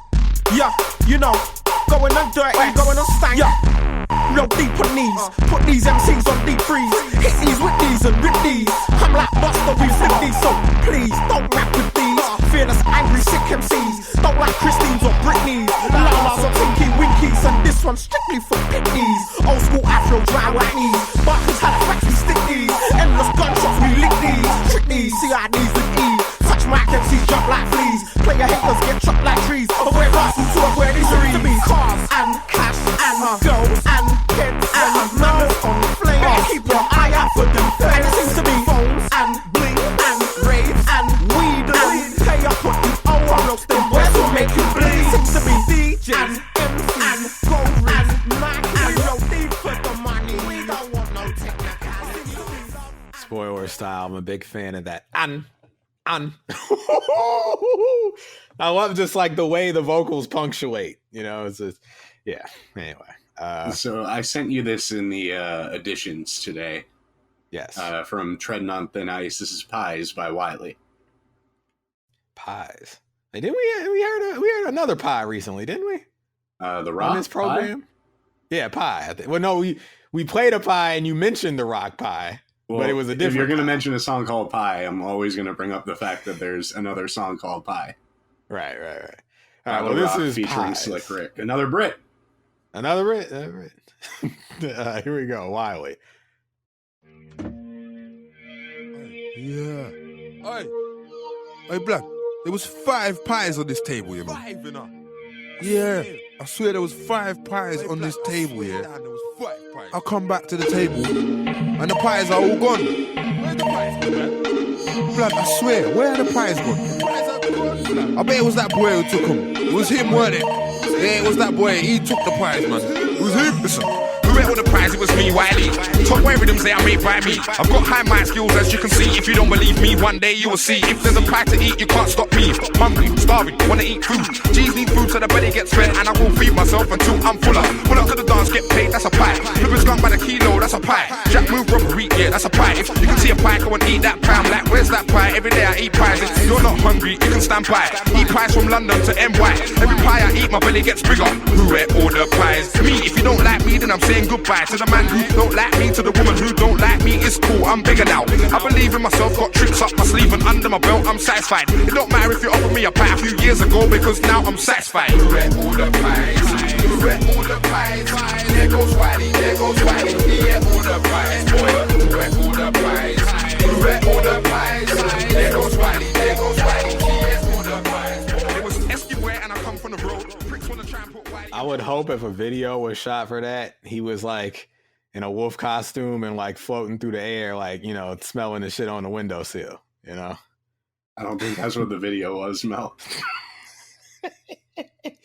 Or wait, was it a wolf or what? Am I thinking it's a cat? It's Tom. Wasn't Tom smelling the pies on the Tom who cat? doesn't like smelling a good pie, you know? Yeah, you gotta float and let the fumes lead you to the pie on the windowsill. No, I think you're thinking of Goldilocks and the 3 bears, or the 3 bears. Well, them is big. You mean the big bad wolf? The 3 pigs and the big bad wolf. That's right. Right. All right.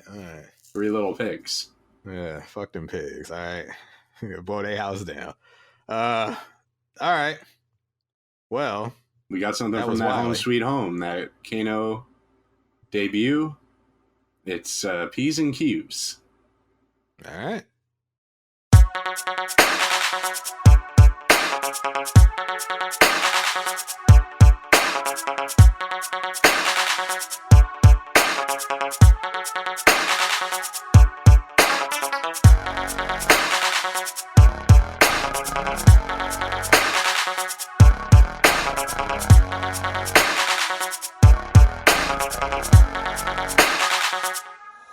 Some manners don't like me, they try and bad mind me when Kano comes to town. All I say is lines right and they lose the limelight when Kano comes around. Some tracks screw me or even sue me, but it don't work cause the crowd don't boo me. You ain't a true G, I'm too deep, how can Kano stay on the ground? I ain't like most that roll around and kick shit off, I hold it down. But we're still gully, the only pop you'll hear from us is pop, pop, pop them out. Act up and get boxed in the mouth, cause you're just playing a gangster. You ain't never weighed it out, full a bouncer. You ain't never hit no blocks in your mouth. You ain't got love in north, west and south. And I'm an east boy, you're a cheap boy. I finish it when you start the beef boy. Girls like me, but I ain't a sweet boy. So boy, don't think you can move to me and think I'll be a sleep boy. Cause I'm on my P's and Q's. That's why I make more P's than U's. Even when I've been freezing twos. Slip, there ain't no reason to. Slipping.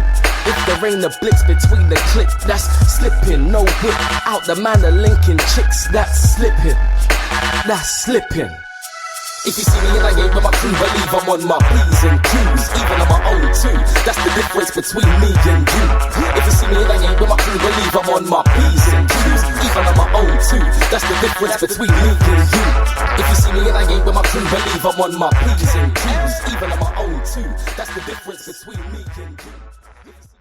Yeah, P's and Q's. Yep. And finally, we got Lethal Bizzle with that kickback. All right. This is Letho Bizzo, as we would say here on Rap Rankings, with kickback. Like, where the hell kickback at? Oh, it's one of the 2 I emailed you today. Oh, okay. Got it. It's from Against All Odds, which I believe is his debut album. Let me see. It's Against kickback. Oh, right. Got it. It's, yeah, okay. Yeah. Here we go. So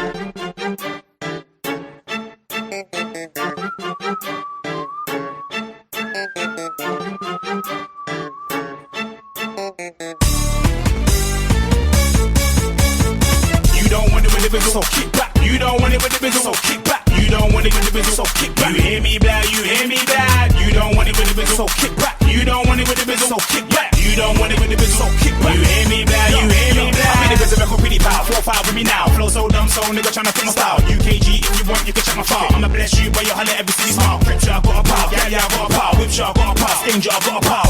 I can't get shot for 38 for a while, though. But I like to make though, take though, then fit though. Flip it again, then make 20 times more though. Flip it again, make 30 times more though. Flip it again, what do flip, flip, flip, flip, flip. My new name should be flip, flip, flip, flip, flip. I'm greedy, why you think I got a big lick? Main focus, flick, chicks, hits and tits. Yeah. You don't want it with the business, so kick back. You don't want it with the business, so kick back. You don't want it with the business, so kick back. You hear me, blood? You hear me, blood? You don't want it with the business, so kick back. You don't want it with the business, so kick back. You don't want it with the business, so kick back. You hear me, blood? You hear me, blood? I make my name all by myself. I got beef up with my team. I got skins all by myself. I got dough all by myself. I got cat all by myself. I got my car all to myself. I have a bike all to myself. I got my knife all to myself.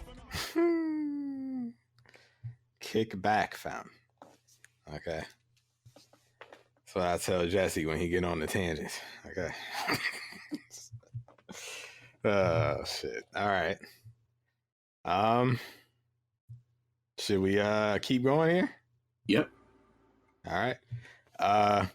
From 2001 to 2006, the RWD magazine form was cited as a key development in the genre's culture.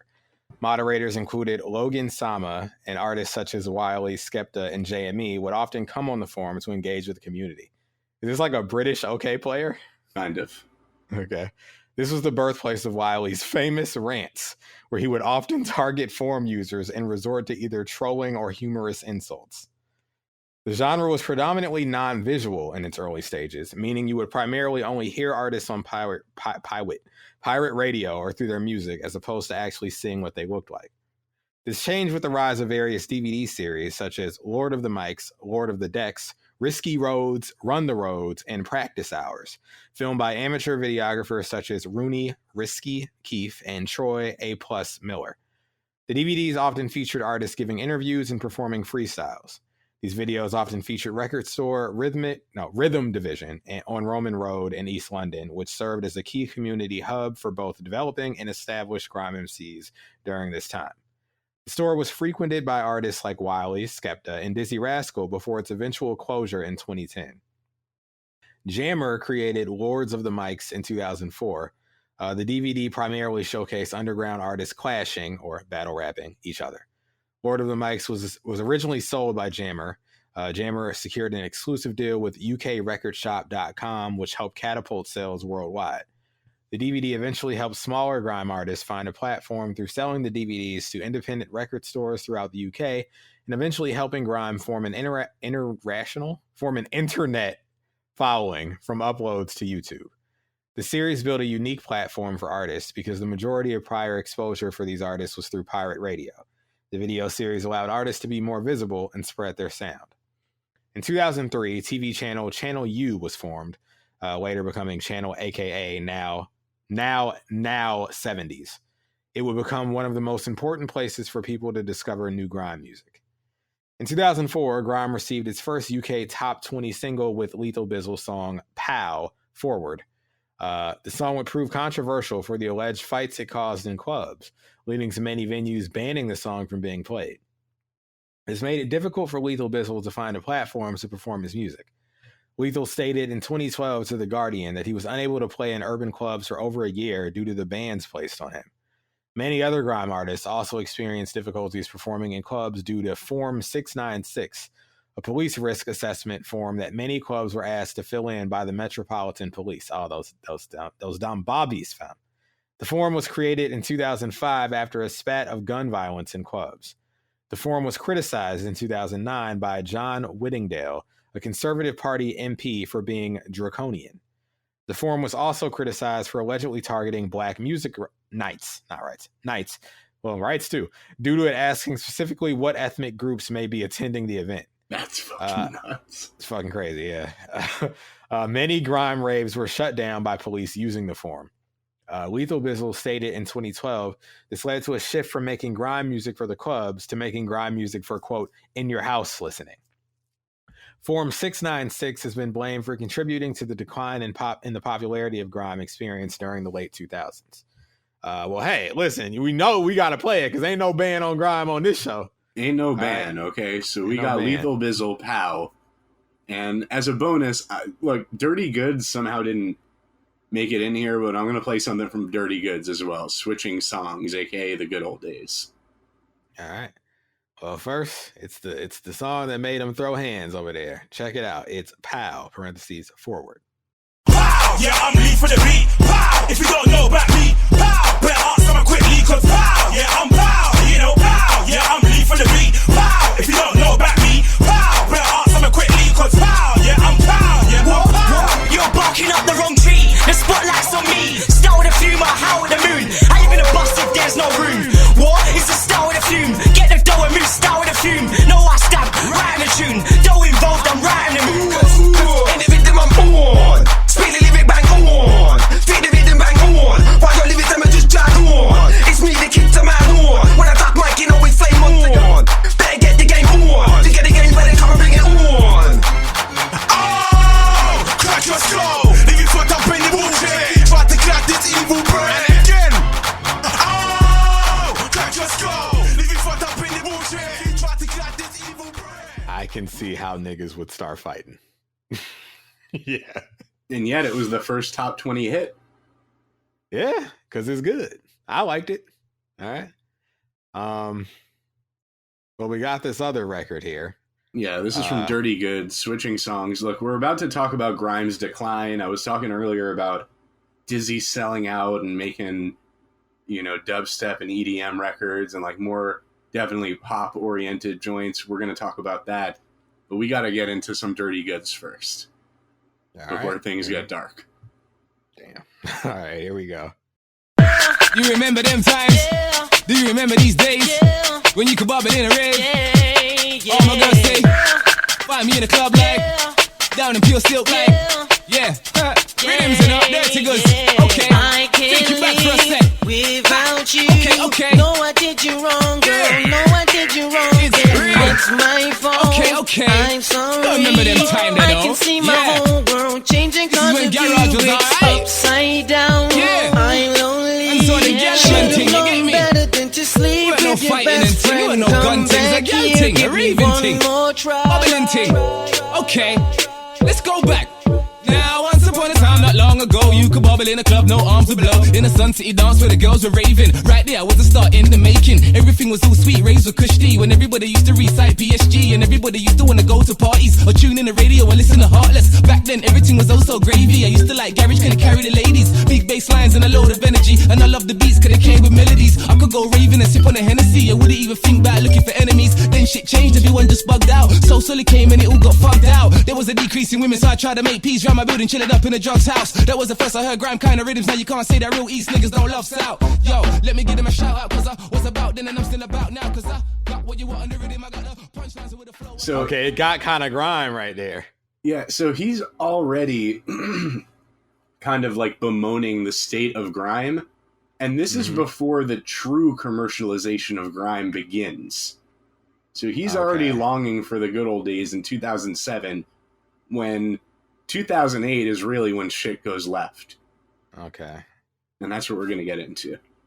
All right, damn. Well, I mean, I liked it. The first part, it may not have been grime, but it was still good music. So I was fine with that. Logan Sama's show on radio station Kiss FM was one of the only daytime radio shows that would regularly play grime during the 2000s. By the late 2000s, grime had begun to enter into a decline. Record labels, radio, and the media struggled with knowing what to do with grime, and as a result, limited its impact and exposure. The rise of dubstep and UK funky also made it hard for grime to gain a limelight. Many grime MCs also began to move towards commercial electro house influence rap and away from grime music. Artists such as Tinchy, Strider, Chip, and Wiley began to shift away from grime music and instead began releasing music with pop elements to much success.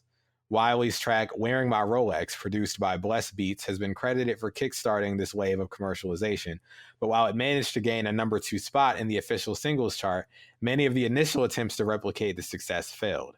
Tinchy Strider's Strider Man only managed to peak at number 73, while Roll Deep's Do Me Wrong failed to chart at all. Skepta's Rolex Sweep only peaked at number 86, although it did briefly start a dance craze after it was released. Received a remix by the band Coldplay, and featured on the comedy show Misfits. Dizzee Rascal found more success than most, with his songs such as Dance With Me finding itself on the number 1 spot on the UK singles chart. The wave of commercialized music received some criticism from fellow grime artists for being inauthentic to the original sound. That always happens when genres do this, but it's time to play some of this sellout music, right? Oh yeah, this is the sellout suite. We're going to start with Wearing My Rolex by Wiley, and we'll end on Dizzee Rascal Dance With Me, because that was actually the first number 1 sellout record. All right.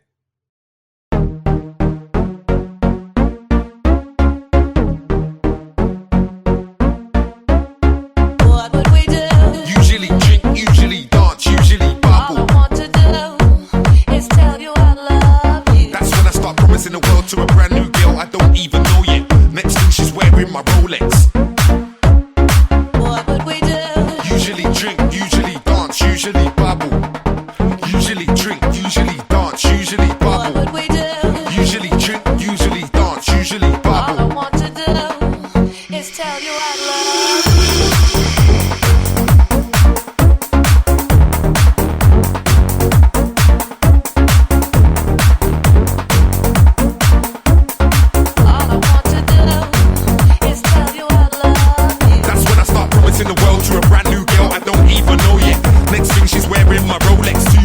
Don't know where my phone is. Here's my number, she already knows it. This chapter's a lot better, close it. Just the look in her eye was so evil. Wiley's a party guy and she knows it. Yeah, we selling out. But I mean, that was better to me than you know. But you have to think about it within the context of the argument. It's like, that's not grime. It's not. But I don't think it was a terrible record. I mean, it's better than a lot of sellout hip hop I've heard. You know?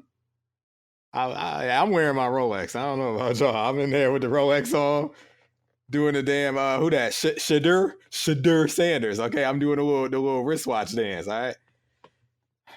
Well, we got 3 that didn't quite hit the mark after Wearing My Rolex. That kind of followed in its footsteps.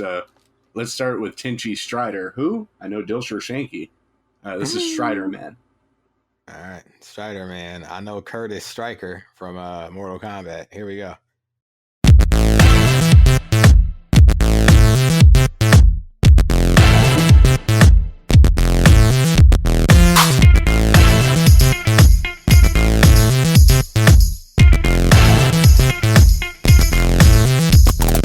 She's that old ass Strider Man, top East London writer man. If anyone can, then Strider can. Got caught in the web like Spider-Man. She's that old ass Strider Man, top East London writer man. If anyone can, then Strider can. Got caught in the web like Spider-Man. Oh, hi, it's me again. Clown ass Strider, the girlfriend take her. Boyfriends hate me. All I gotta do is drop a go a one-liner, and if not mine, and the necklace or blinder. Them other youths can't do it like me. I mean, Prada boots with the new one money. Look, man, I run a hack like, watch when I see him, but they can't come near and come across these. Girls like paper, but I'm no bader. But I'm on your telly, so it makes things easier. And it's so obvious with dust is major. From the whip to the bumps to the trailer. All right. Get the fuck out of here, you motherfucker! Okay, we're selling out. Now we're selling out. Also, Spider-Man's not in whips. Okay? He swings places. Right, he swings from webs. He's not in whips. Maybe That's Batman. In Aunt May's car, you know. Right, Batman's in whips, the Batmobile. But yeah. All right, Roll Deep, Do Me Wrong, which at this point, Dizzee Rascal is no longer a member of this crew. Okay, well, this is Dizzee, our main man Dizzee, in the sellout era. No, this is not Dizzee. But not Dizzee? What did you say? This is Roll Deep. Minus Dizzee. He's not in the group anymore. Minus Dizzee. Okay. Yeah, this So is his Do Me friends. Wrong. Okay. Well, no, they're not his friends anymore, I guess. Some of them are. Okay. Some of them are. Wiley specifically. Right. But we'll get into their whole beef in a similar manner to this, unfortunately, in just a little bit. All right. Here we go.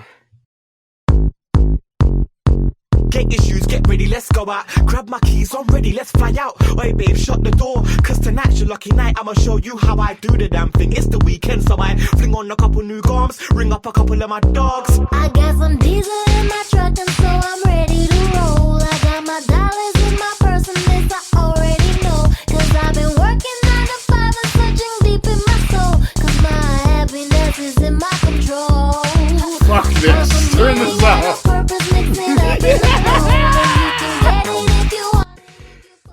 Hey, man. No way. Hey, you know, it...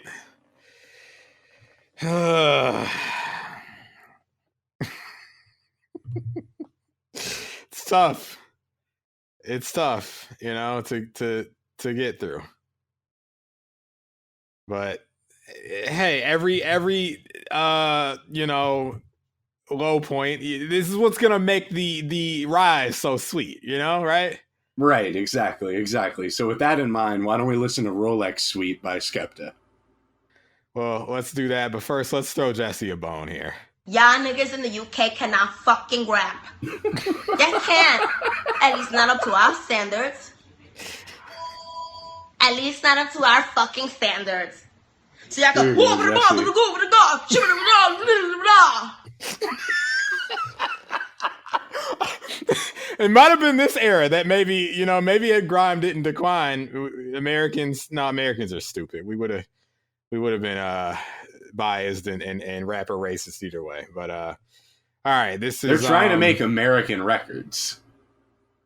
Oh yeah, you know, there's stuff that's more palatable for American audiences.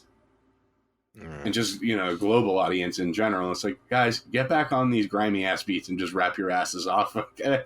What are we doing? All right. Here's a Rolex Sweep. Rolex.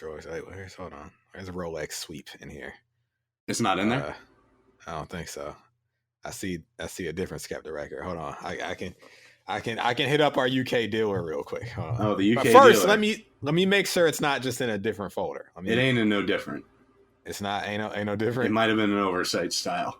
I can do a sweep of the whole Feds did a sweep? The whole folder. Yeah, Feds did a sweep, or Windows Explorer did a sweep. Okay, yeah, the sweep didn't yield any results. All right, let me hit up the UK dealer. Okay. Sweep Skepta. I told him that's what I want. He's got that. Oh, he okay. said, you want the Vandalism remix, fam? I said, no, I want the we want the original. And we don't need no chimney sweep. I know we're in England, but we don't need no chimney sweep. Yeah, we don't need no. We need a Rolex sweep. There we go. All right, I got it. He just dropped it off. Nice. Get ready to delete it. So enjoy, folks. All right, folks. It's Skepta with Rolex Sweep. Let's all do the dance. Count with me. 1 glass of champagne for me. 2 glass of champagne for you. 3 now do the Rolex Sweep. Do the Rolex Sweep. Oh man. Do the Rolex Sweep. Do the Rolex Sweep. Do the Rolex Sweep.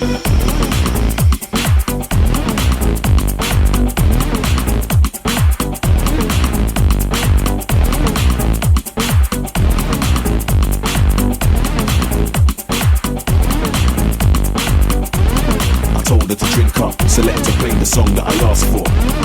If you wanna link up, then you can meet me on the dance floor. 50 Cent can't dance like me. Soulja Boy can't dance like me. Michael Jackson can't dance like me. No, so count with me. 1 glass of champagne for me. 2 glass of champagne for you. 3 now do the Rolex Sweep. Man, I bet the British white girls were going crazy at that. Awful. Oh shit. All right. That's But Dizzy's made bad music too, man. It's time. This is Dance With Me. I don't like this whole album tongue in cheek. This is just, it's too sellout. I was okay with Dizzee making, like, you know, on Showtime and Maths in English, even though I didn't like it as much as Boy in the Corner, and that there were only maybe like a scattered couple of grime tracks on either of them, he was still like rapping, it was still like, this shit is just like, I don't listen to this kind of shit, man. If I'm going to listen to electronic music, it's got to it's got to be different kind than this. Okay, here it is. All right.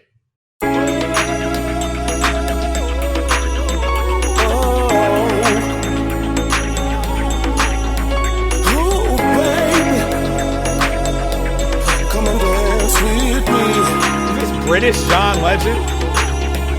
What's up, darling? I've been keeping my eye on your movement. I can't see no room for improvement. But why you all over there on your Jack Jones? You need to let me get behind your backbone. Cause I'm the man for the job, let me work here. I won't waste no time, I make it worth it. 100% I make it perfect. You got a body to die for, let me work here.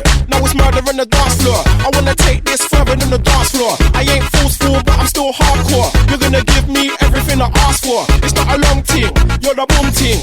Maybe more than a hotel room thing. I'll never know if I just walk past. I really wanna dance, so I guess I'll just pass. No, look at those eyes, it's in her eyes. She's good to she can satisfy my mind, body, and come and dance with me, come and dance with me, come and dance with me, come dance with me. I see you glance at me, that's why I'm asking, B. So let's party, B. Come and dance with me. If I'm out on my own, then I can look at you, looking at me. If I'm out on my man, this is the worst part. Oh man, okay. And there's like, so as I was saying, like more like EDM and dubstep kind of stuff on there as well. It's a wash, but it was his most popular album. And I was saying earlier, the UK, they've got better taste than American audiences, but they still have no taste. They still couldn't accept grime as being better than whatever the fuck that is. Well, I mean, here's the thing. They might have accepted it. They just banned it all. They wasn't letting it thrive. They didn't ban it all. They banned a Lethal Bizzle song, okay? And a couple other guys, some jabrones who would have never gone anywhere anyway, okay? The guy doing his wily rant. They banned us, fam. Okay. Oh, shit. Yeah, all right. That wasn't great. That was... Yeah. Okay. Well, what else? Come on, you heard "Boy in the Corner." Okay, that pales in comparison. Nothing else for right now. We're gonna keep going. All right. Well, let's keep going. Let me. Don't worry. The grand return is coming. Okay. You're better than the Grand Wizard. Okay. Grime did still have some success during this period, such as the popular Tempa T song "Next Hype," released in 2009.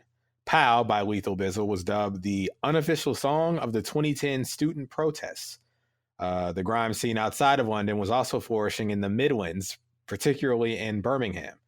In 2008, Grime Forum was created by Hij. The Forum was a major platform for grime music at the time, providing a space for artists to promote themselves and a space for fans to discuss grime as a whole, something that was important to people outside of London due to the lack of information they had access to. Canadian artist Trey Mission credited the forum's importance in its early growth. Well, let's play this Tempa T's Keeping Grime Alive, right? Yep, this is Next Hype. All right, the next hype, truly the next hype in grime music. Check it out, y'all. Tempa T. Yeah, I'm still about. Damn! Don't watch the hype. Man! Next hype! This is for my fans, them, you get me? One man still spitting, it's a thing, you get me? What kind of things that you have? When I find out, don't expect me to stop. I'll come for the peas that you stack and come for all the food that you block. Better hand over the bag. Your boys don't when they see you shot. If I kick down those doors, you're flat. Down now, I'll clear out your house on the spot. Clear! All the things in your house. Clear! All the things in the fridge. Smash! All your plates on your rack. Clear! All your kids' toys. Clear! All your CD rack. Won't get none of your CDs back. Drag off your curtain rail from the wall. Kick off your HD TV from the stand. Run up on stairs into rooms. Flip the mattress and search for the cash. Make my look down a barrel of a match. It's not worth your life, just cough up the scratch. It's too late to lock up the latch. I can smell the cold, just pull out the batch. I'm not here to coach and relax and drink your wine here, just pull out the bags. Have to punch up guys tried to me, I don't know why. Patch man straight in his eyes. They flowed me, I was looking at the sky.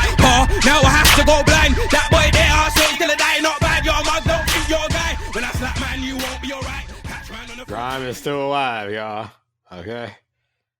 Timpa T holding it down. He sounds so angry because he's got to lift it all by himself. It's like when Moulz had hip hop on his back. He should be happy because like all of the biggest names have decided to become sellouts. You can become the new guy at this moment. The next hype. Yeah, I mean, it's fertile ground. So Good that point. song made some noise, but as a genre itself, it was really, starting to weaken in terms of, just the exposure it was getting in general. Like commercially, the biggest artists in the genre are not making grime. So that's going to hurt grime. Right. Well, the lack of media attention towards grime or any mainstream platforms that would reliably showcase grime gave rise to internet platforms such as SBTV, formed in 2006. I'm familiar with them. Link Up TV, formed in 2008. Familiar with that too. And Grime Daily, formed in 2009, now known as GRM Daily. Think I'm familiar with that too. With their initial focus only on grime music, though this has since changed, these platforms provided an easy outlet for artists to funnel their music through and gain fame from, collectively creating an ecosystem that allows artists to easily record, produce, and release music to the masses without the need of support from traditional media or the music industry. In 2012, Charlie Sloth created Fire in the Booth on BBC One Extra, which later moved to Apple Music. The show became a popular segment and granted grime MCs and UK hip-hop artists a large platform to showcase themselves. In 2011, a new edition of Lord of the Mics was released, the first since 2006. Lord of the Mics, a series of grime clashes hosted by Jammer, is a series of them, yeah. Both the LOTM 3 DVD and CD charted. Wiley, inspired by the return of Lord of the Mics, also brought back Eskimo Dance the following year, a grime rave from the 2000s that had been discontinued. Jammer suggested that the success of Eskimo Dance encouraged more grime raves to be held than had been previously. By 2013, a revival of instrumental grime was occurring in the underground with a new wave of producers experimenting with grime music. Logos, who was credited by Fact Mag for initiating the revival, credited the fall of dubstep as inspiration for going back to grime and reimagining it. In 2013, just a year prior to grime's resurgence in the mainstream, a large war dub occurred amongst dozens of grime producers. It started off with grime producer Bless Beats releasing War Dub on Twitter, followed by a response from Shiznit, which also included disses towards various producers within the scene, who in turn followed up with their own diss instrumentals. Diss instrumentals. That's some good shit. That's crazy, right? In the following year, grime experienced a commercial MC-led revival initiated by the success of Meridian Dan's German Whip featuring Big H and JME. The song reached number 13 in the UK singles charts. 2 months after that, Skepta reached number 21 in the UK singles chart with the single That's Not Me featuring his brother JME. We reviewed that on the Rap Express. We did. 2 months later, Lethal Bizzle released the single Rari Workout featuring JME and Timpa T, which also charted, peaking at number 11 in the UK singles charts. A wave of new successful young grime MCs also began to emerge, such as Stormzy, AJ Tracy, Novelist Jams, and Lady Lesher. In 2015, this motherfucker, Ever the Wave Rider, Kanye West invited various grime artists to join him on stage at the Brit Awards. Following criticism of the performance, Stormzy released Shut Up, using the 2004 instrumental Functions on the Low, produced by XTC, a member of Rough Squad. The song was a massive hit for Stormzy and helped further popularize grime music. Storm's performance of the song during the ring walk to Anthony Joshua's heavyweight boxing match with, is it Dillian? Yeah, I think so. Yeah. Dillian White further pushed the song higher up the charts, eventually peaking at number 8 on the UK singles chart. In February 2016, Ministry of Sound and DJ Maximum released a grime compilation entitled Grime Time, which topped the UK compilations chart. This revival would also lead to the return of grime stalwarts Kano, Wiley, and Dizzee Rascal back to the genre that they made famous. In May 2016, Skepta's fourth studio album, Konnichiwa, also Rap Express alumnus, entered the UK albums chart at number 2. The album was awarded the 2016 Mercury Prize and was later credited for introducing grime to a new generation of fans. In January 2017, Wiley released his 11th studio album, Godfather, debuting at number 9 in the charts. Well, let's play some of these Grime revival songs, shall we? Yep. So we heard Tempati already, which was some years earlier here. But now we're fully in the revival mode. There's a new crop of artists. Right? Yeah, we're so fucking back. There's not only a new crop of artists who have, basically brought Grime back from the dead, but all the legends have decided, fuck it, we're going back to our roots. All of us. Right. Almost around the same time, Wiley, Kano, and Dizzee are all retreating back to their original sound. And the fans couldn't be happier, by the way. We're all jumping for joy. But, they said the record that initiated the revival is Meridian Dan's German Whip, featuring Big H and JME. So we got to start there, right? Yeah. Here we go.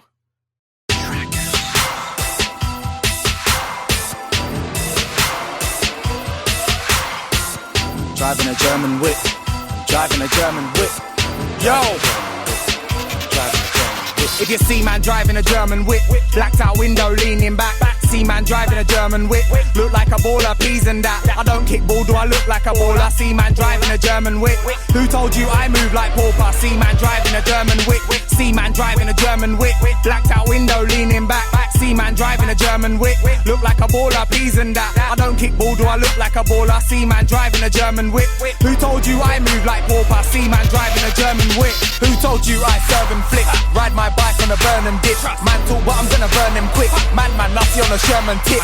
Dead man wanna mess in my aura. Someone said that's bang out of order. Can't make 6 foot man feel smaller. Treat them man like private caller. And I don't wanna box man, trust me. Who told you that I got rusty? Draw for the WD-40. Punch up big man, oh like 40. Big boy bite, big ting 650. Moving along on the road too quickly. Pure big dogs in this bit. I never see no man chasing frisbee. See man driving a German whip. Blacked out window leaning back. See man driving a German whip. Look like a baller, peas and that. I don't kick ball, do I look like a baller? See man driving a German whip. Who told you I move like pauper? See man driving a German whip. Man, I big over there. Them man don't live over there. Man, we take off your wig over there. Don't care who you with over there. But man, a man's hungry, man, a man eat. Man, a man's tired, man, a man sleep. Man, a man talking, man, a man speak. They link girls that man, a man beat. Don't be on a hero thing. That actually kind of sounded like, kind of what was going on over in these damn states with the fucking, trap. That could have been a Rick Ross song, Loki. They're rapping in that Grime UK way. Yeah, for sure. Yeah. But remember, a lot of the Southern stuff is what Dizzee was listening to in the first place to make these records. Right. He was saying, Paul and GCJ were like his influences for I Love You. Right. And he's listening to Timbaland rapping over, Is That Your Chick? So that's all Southern. That's Memphis and Virginia. Makes sense. Yeah, so we really coming full circle. All right. We're coming full circle. And what about Skepta, man? We did that Konnichiwa on Arab Express. It was technically the first Grime MC that got covered on this show in a review format. So let's listen to some of that. That's Not Me. One of the highlights from that Konnichiwa, for me at least. This is a good record. It is. I like it. Here we go.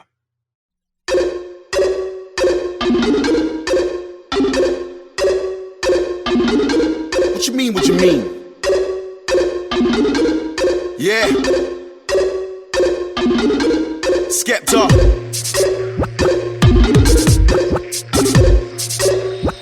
One line flows, yeah, I got some of those. Get me, Jamie. Easy. Nah, that's not me. Act like a waste man, that's not me. Sex any girl, nah, that's not me. Lips any girl, nah, that's not me. Yeah, I used to wear Gucci, I put it all in the bin, cause that's not me. True, I used to look like you, but dressing like a mess, nah, that's not me.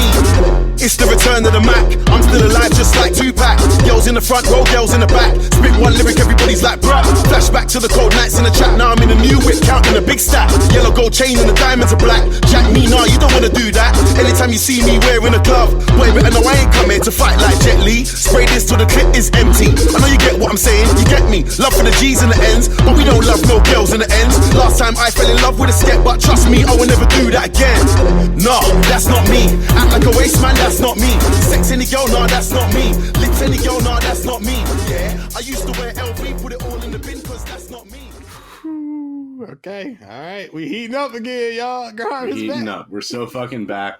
And Lethal Bizzle is back with that Rari workout featuring Jamie and Tempa T. All right, here we go. Hop in the Rari, y'all. You might see man driving Italian whip, blacked out windows going to the gym. 2 dumbbells, yo, I'm going in. Doing it for Keisha, doing it for Kim. Do it for the speedo, do it for the beach. Do it for the stamina, do it for the sheets. Do it for the bicep, do it for the chest. Do it for the summertime, ready for the best. Pump, pump, pump, pump. Up and down, spin that booty round and round. Your dent instructor is in town. I don't wanna see no clowning around. I don't wanna see no monkeying around. I don't wanna see no hand moving out of time that you don't know this sound. Ladies and gentlemen, can I have your attention, please? This is your dent instructor. It's time for the Rari workout. Rari workout. Rari workout. Rari workout. Left, do it right, do it day, do it night. Don't wait for the gym, do it on site, but make sure that you pump, pump, pump. Rari workout. Rari workout. Rari workout. Rari workout. Left, do it right, do it day, do it night. Don't wait for the gym, do it on site, but make sure that you pump, pump, pump. Boy, better know. I'm blessed up, drop to the floor, do 100 press ups. I'll do it 50-50 like Will, then kick back, have a drink and rest up. Once you get fit, you have to maintain. All right. That was some of that Rari workout, and in the notes you were saying, you know, Kanye invited all those people up on stage during the Brit Awards performance, and after the criticism of the performance, Stormzy put out the Shut Up record, so we got that one. This is a 2004 instrumental from Rough Squad. Here we go. Alright. State your name, cuz. Stormzy, innit? And what we doing today? Rapping, innit? Yeah? Fucking rapping, innit? Yeah? Fire in the pot. Let's go. Man, try say he's better than me. Tell my man, shut up. Mention my name in your tweets. I rude boy, shut up. Shut up. Better than me? Shut up. Shut up. Best in the scene. Tell my man, yo, couple man call me a backup dancer. On stage at the Brits, I'm a backup dancer. If that makes me a backup dancer, the man in your vids, backup dancer. The man in your pics, backup dancer. Man wanna chat about backup dancer. Big man like me with a beard, I'm a big man, how the fuck can I? Army comes everywhere I go. I can't run with my enemy's show. Walk in the club with all of my tugs. Party's done, everybody go home. Apart from the girl, them you lot stay. Walk in the club with a girl, say hey. Tell a man like I'm K to the A. There's no champagne, we don't rave. Yeah, I'm the best, I'm so cocky. I got a mob like ASAP Rocky. I set trends, dumb man copy. They catch feelings, I catch bodies. They roll deep, I roll squaddy. Got about 25 goons in my posse. They drink Baileys, I drink Vossi. I get murky, they get worried. If you got a GAT, bring it out. Most of the real bad boys of the South. If you wanna do me, something on my bout. I'm not a gangster, I'm just about. But you see my man over there with a pouch. There one of you man try get loud. All of my man them move so foul. I might sing but I ain't sold out. Nowadays all of my shows sold out. Headline tour, yeah, blood sold out. When we roll in, they roll out. I'm so London, I'm so south. Food on the ends like there ain't no drought. Fips don't talk like he's got no mouth. I wanna make my mum so proud. Like yo mum, book a flight, go now. All of my ends go talking me hard. So shut the fuck up, nigga. That's what he told her. You know? All right. And there's more where that came from. We've got Kano, he's back. Okay. He didn't do as much selling out as Wiley and Dizzee did, for the record. He was making grime records like longer into his career before he kind of switched up. And when he switched up, he kind of just switched up to like UK hip hop. He wasn't going full sellout. He has a couple sellout records for sure. They all do. But, you know, he came back with a big one. Him and JME for Flow of the Year. Oh, shit. All right.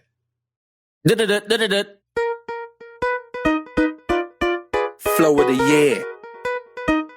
Yeah? Flow of the year. Man better not act like they can't hear. Talk about flows, then you must be aware. K-A-N-O. Boy better know. Flow of the year. Jigga me wants this flow of the year. Over the blood clot beat of the year. Feds on the case, but we don't care. Man, them everything there. No champagne, we don't riff. No brandy, we don't riff. No gal, then we don't riff. Unless it's big pumper clock, rouse clock, rhythm, white pet, and we not laugh with him. Skip on it, bullying beats, yeah, pick on it, real talk, man, got they titch on it. Shoulders, Louis V bag and a chip on it, rock, ain't no sound, sick on it, send for the knock like Nickery. This ain't no Trey songs, 8-pack, but tell them one blow, but kiss on it, blow that out like I wish on it, remember the phone with kick on it, differently coming a man from the east side, used to be the weak guy, now when V-line rings us to read lines, alright, these grind balls over B-lines, fuck that rewind, jigger me, what's this flow with here? Okay. I played this next one on the show before, on This Week in Moulz Mel. This is definitely one of my favorite, like, new era grime records. This is Dave, or Santan Dave as he was known at the time, and AJ Tracy, Thiago Silva. This shit's classic. All right.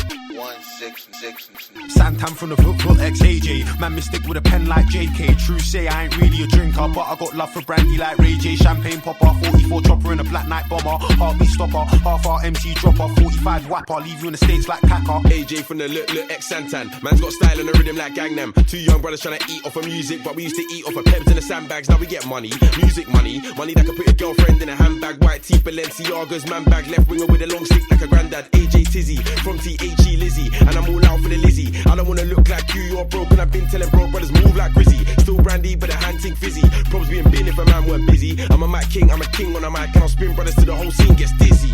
Walk in the rave, smile on my face, drink in my cup, hand in my jeans. Man talk tough, man look up, down, left, right, straight to a bang in the teeth. Man still talk tough, man saw man in the flesh now. Man trying to talk to my G's, nah, none of that, none. 45 drum, run you right out your street.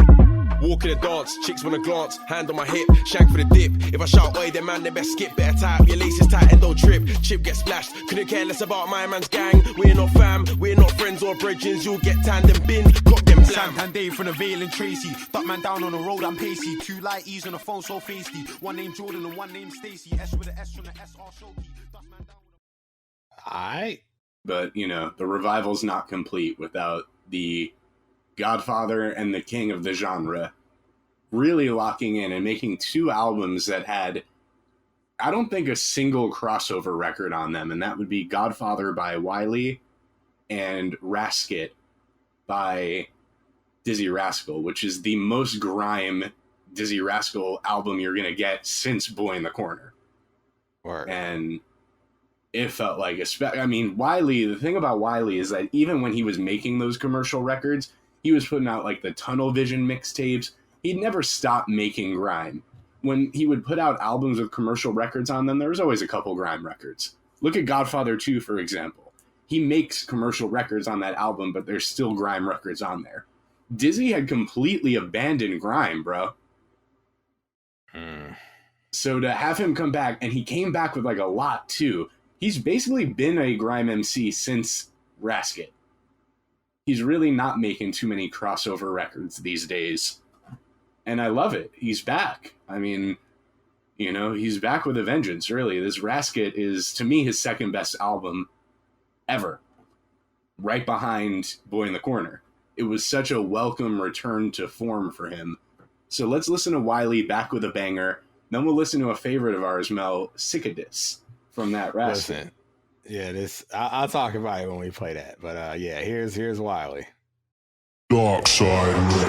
Fire my belly cause I'm back in the manor. I spent my whole life there stacked in the manor. Yo, I done a lot of tracks in the manor. E3, you can get the loud pack in the manor. I know gal are good and live normal, but I know gal are bad like Rihanna. Anybody wanna know what I'm doing right now? Go tell them now I'm back with a banger. Yo, liquid flow. I fire like a Mac, it's not a biscuit flow. E3, but I'm killing with the Chris Street flow. DJs figuring in better mix me though. I'm too clued up, how you gonna trick me, bro? Fire long, I don't wanna tick free O's. Got a KFC, man, I got a Dixie flow. They never break, you've never gotta fix these flows. I'm a KING. the liquid flows. With the cracks of the concrete, I'm in them blows. Get it like a Simpson, no, Bart Simpson flow. You know I got the instant flow. Hello, hi, liquid bro. See me in the club, kidding off a liquid show. First pleasure, I tell I don't pick these shows, cause I wanna be in the club drinking, bro. Fire my belly, cause I'm back in the manor. I spent my whole life there, stacked in the manor. Yo, I done a lot of tracks in the manor. E3, you can get the loud pack in the manor.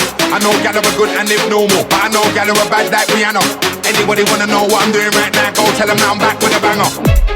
Thinking cap on my flow's what it's like when you turn the tap on. You ever see me off, then you're gonna see me back on. See me with white mic, see me with black on. Hey, man got the army night back on. I ain't gonna bother nobody, I just crack on. Best album of 2017 for me. What's funny to me that's his is best like, album too. That's Wiley's best out of all his albums. Godfather? Yeah, for sure. It's funny, like when I really started becoming aware of this, it's like I was lucky. I got into it as it was like completing the resurgence and like back in peak form. Right. Know? You could have discovered it when it was dead, basically. And I mean, you would have not had a lot of new good stuff coming out. And, you know, this era, like when you were tapped in for these, I remember. Yeah, I mean, I'm looking at my 2017 playlist on Spotify. This Sick of This was on my Potpourri 2017, on my Great Raps 2017, at the very top. What You Gonna Do, Dizzee Rascal. So I was listening. I was outside listening to this stuff when it came out.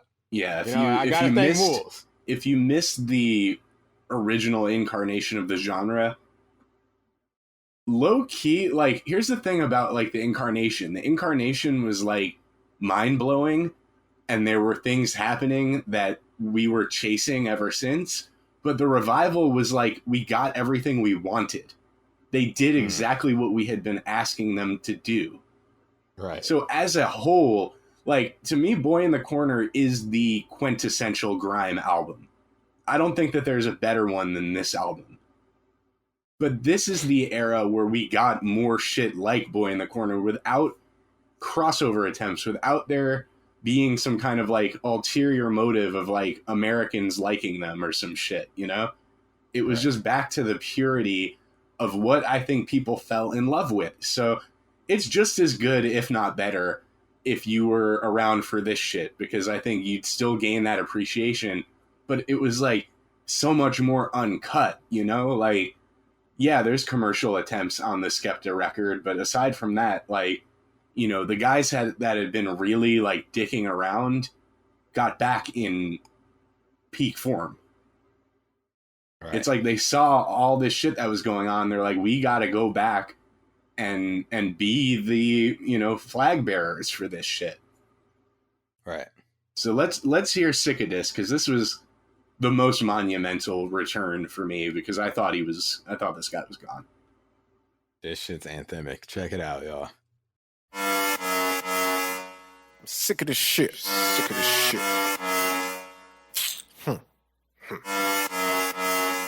Sick of this shit. Fucking sick of this shit. Sick of this shit. Sick of this shit. Sick of this shit. I'm sick of this shit. Fucking bollocks. I said I'm sick of this shit. Sick of this shit. I'm sick of this shit. I'm sick of this shit. Sick of these fakes, sick of these low-life snakes I don't rate. Sick of these breakfast brothers trying to eat off my plate. When I cut on my cake, it's breaks. When I was a kid, I was sick of the estate. Now I vacate. Sick of these tours, I just wanna fly straight. Sick of these girls trying to make me wait. I don't wanna date. Sick of comparisons, I don't relate. I don't wanna hate, but for goodness sake. Sick of these hipsters, sick of these tricksters, all in the mix. I'm sick of it, mate. Sick of these boydems, sick of these jakes. What's it gonna take? Are you awake? Sick of this government, look at the state. Same old debate, just give me a break. I'm sick of this shit. Sick of this shit. Sick of this shit, I'm sick of this shit. Fucking bollocks. Said I'm sick of this shit. Sick of this shit. I'm sick of this shit, I'm sick of this shit. Sick of this shit. Sick of your status, sick of your selfies. Sick of your updates, talking about how you're so healthy. Can't say I'm sick of being wealthy, but I'm sick of these foreigners saying that they support Chelsea. God help me. Sick of these frauds and the bullshit they're trying to sell me. Sick of O2 trying to bail me. If I wanted customer service, I would have called. What more can you tell me? I do not need to be held, G. I'm not sick or elderly, but I'm sick of Listen, I ain't sick of that, but I am sick of this shit. I felt that record in 2017. I feel it now. Okay. I'm looking on my fucking turn up playlist. I had that bump and keep it dipping, bump and keep it dipping. Oh, shit. 2017 was it was alright. It was alright musically. I had some joints. I had some fucking joints. Better than that 2016 that they love for some inexplicable reason. It's very odd, but anyway. Yeah. All right, what else? We're so fucking back. That's it. We got more. Yeah. We got more to cover here, though, and there's going to be 2 more pieces of archival audio before we get out of here. I see. Well, let's let me get back to reading. Take that, Megan Tuvale. In February 2017, Stormzy's Gang Signs and Prayer was the first grime album to reach number 1 on the UK albums chart. In June, the British phonographic industry reported that grime sales had risen over 100%, with physical sales growing over 109%, digital sales 51%, and streaming up 138%. This led to the official charts saying grime had, quote, smashed its way into the mainstream. We made it. We fucking it. Made it, folks. We made it. We did it. Okay. We did it, grime. We defeated the bands and had a resurgence. Okay. By 2018, Grime's momentum had begun to... I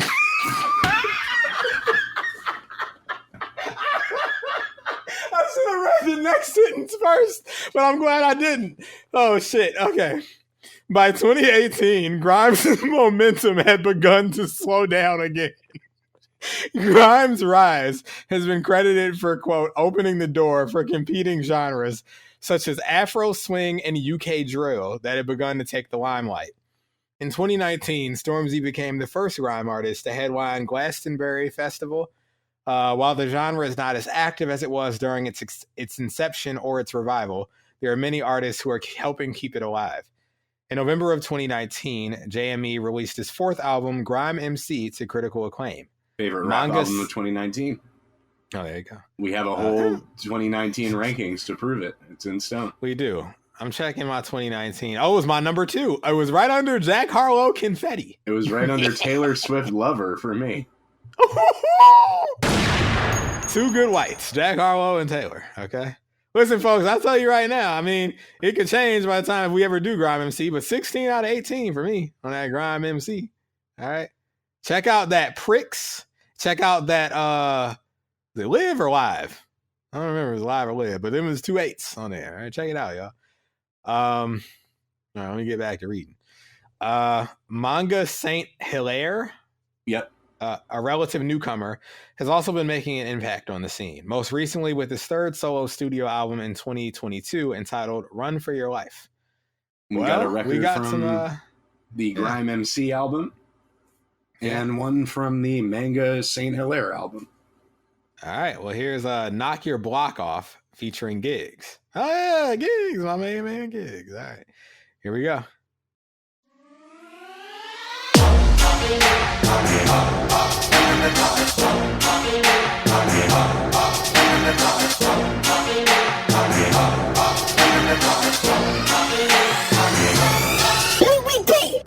What? Man don't need no reason to spit. What? Man never knew I had a season ticket. What? Man them are moving wicked, wicked. What? Handle my music, easy rip it. What? And all my moves you see are legit. What? Banging my tune in the GTA with. What? Planning to do some CDA shit. What? Spin man in the booth, Superman quick. What? Man better move like Ludacris hit. What? Gangsta approved, yeah, you shouldn't spit. What? Fam not a clue, you're new to the shit. What? Gang on PUBG, looting a bit. What? Handman 2, yeah, booming your lip. What? Run out the blue with the boost, take a sip. What? You get slapped on screen like parking ticket. What? Attack the beat, leave scars in a bit. What? Why's Wiley in the Arsenal kit? What? Fam my G, go ask him in it. What? Man's thirsty, yeah, parch little bit. What? Back that please, yeah, sip it, sip it. What? Bang this beat like flipping sillet. What? Don't give a damn about a mobile award or a brick. What? Blam like Astro Jaws with a clip. What? Man don't show no remorse for a prick. What? Chatting about all this sauce that you drip. What? Fam your time is ticking, ticking. What? Man them are fake like vegan chicken. What? Can't catch us, man slipping, slipping. What? Trust me, don't try to take a photo, sneaky a prick. What? I'll make a bozo, delete the pic. What? Flash that phone like Yeezy in it. What? No passcode, so I'm keeping your shit. What? Make man go home wheezing a bit. What? Boy better know, get with it, with it. What? Let's not snitch like Quidditch, Quidditch. What? Greasy talk, bruv. Man's talking real greasy. Okay? That fucking PUBG line popped the shit out of me. Oh, shit. Yeah, that's a good one. That's a good one. And then we got something from this Run For Your Life album, Manga Saint Hilaire. Yeah, it's Man No. All right, here we go. Hopefully I'm not saying man no. Send out Skengman Jacob, yeah? Man know, my levels are high, that man know. Come on, pattern is if the man know. I've been better than them, the man know. I don't beg, so they try to pretend that I'm not here, but the man know. Every other day they say the things dead, but we get chicken deep, man. What did the man know? Man still here, don't let the man know. Been outside, yeah, bruv, the man know. Man can't come around here all unannounced, only roll out with G's, the man know. Chop life, that's all the man knows. I'm only getting better, I hope the man know. I rude boy, listen, the vibe is different. I'm just letting the man know. I rate myself more than I rate them, man. How can I be underrated? And anytime I listen to the rhythms, I thought they were censored. Man never say shit. Same bars and cars, like you don't already know. The flow's been debated. Any one of them can be any one of them. I wouldn't clocked if one of them swap places. Any one of them.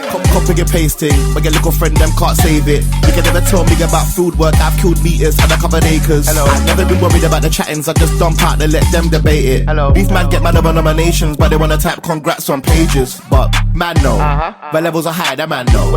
Come on, pattern is if the man know. I've been better than them, the man know. I don't beg, so they try to pretend that I'm not here, but the man know. Every other day they say the things dead, but we get chicken deep, man. What did the man know? Man still here, don't let the man know. Been outside, yeah, bruv, the man know.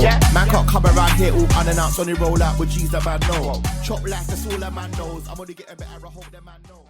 I ain't mad at it. There you have it. That's all the music we got, but there's just a little bit more here, and then we can move on in our review of Boy in the Corner. Holy. All right. Well, yeah, let's read this last little bit here. Okay. As with many similar scenes around the world, Grime has encountered some criticism, especially from government officials such as Kim Howells, who made comments that some Grime supporters claim to find, quote, deeply racist. Oh, she made comments that some Grimes claim to find deeply racist, referring to popular artists and crews as, quote, boasting macho idiot rappers. The counter argument is given by Jeff Chang in an article in The Village Voice, where he said Dizzee Rascal's often violent and sexual lyrics are heralded as, quote, capturing, encapsulating, and preserving the life that he and his peers live on the streets every day.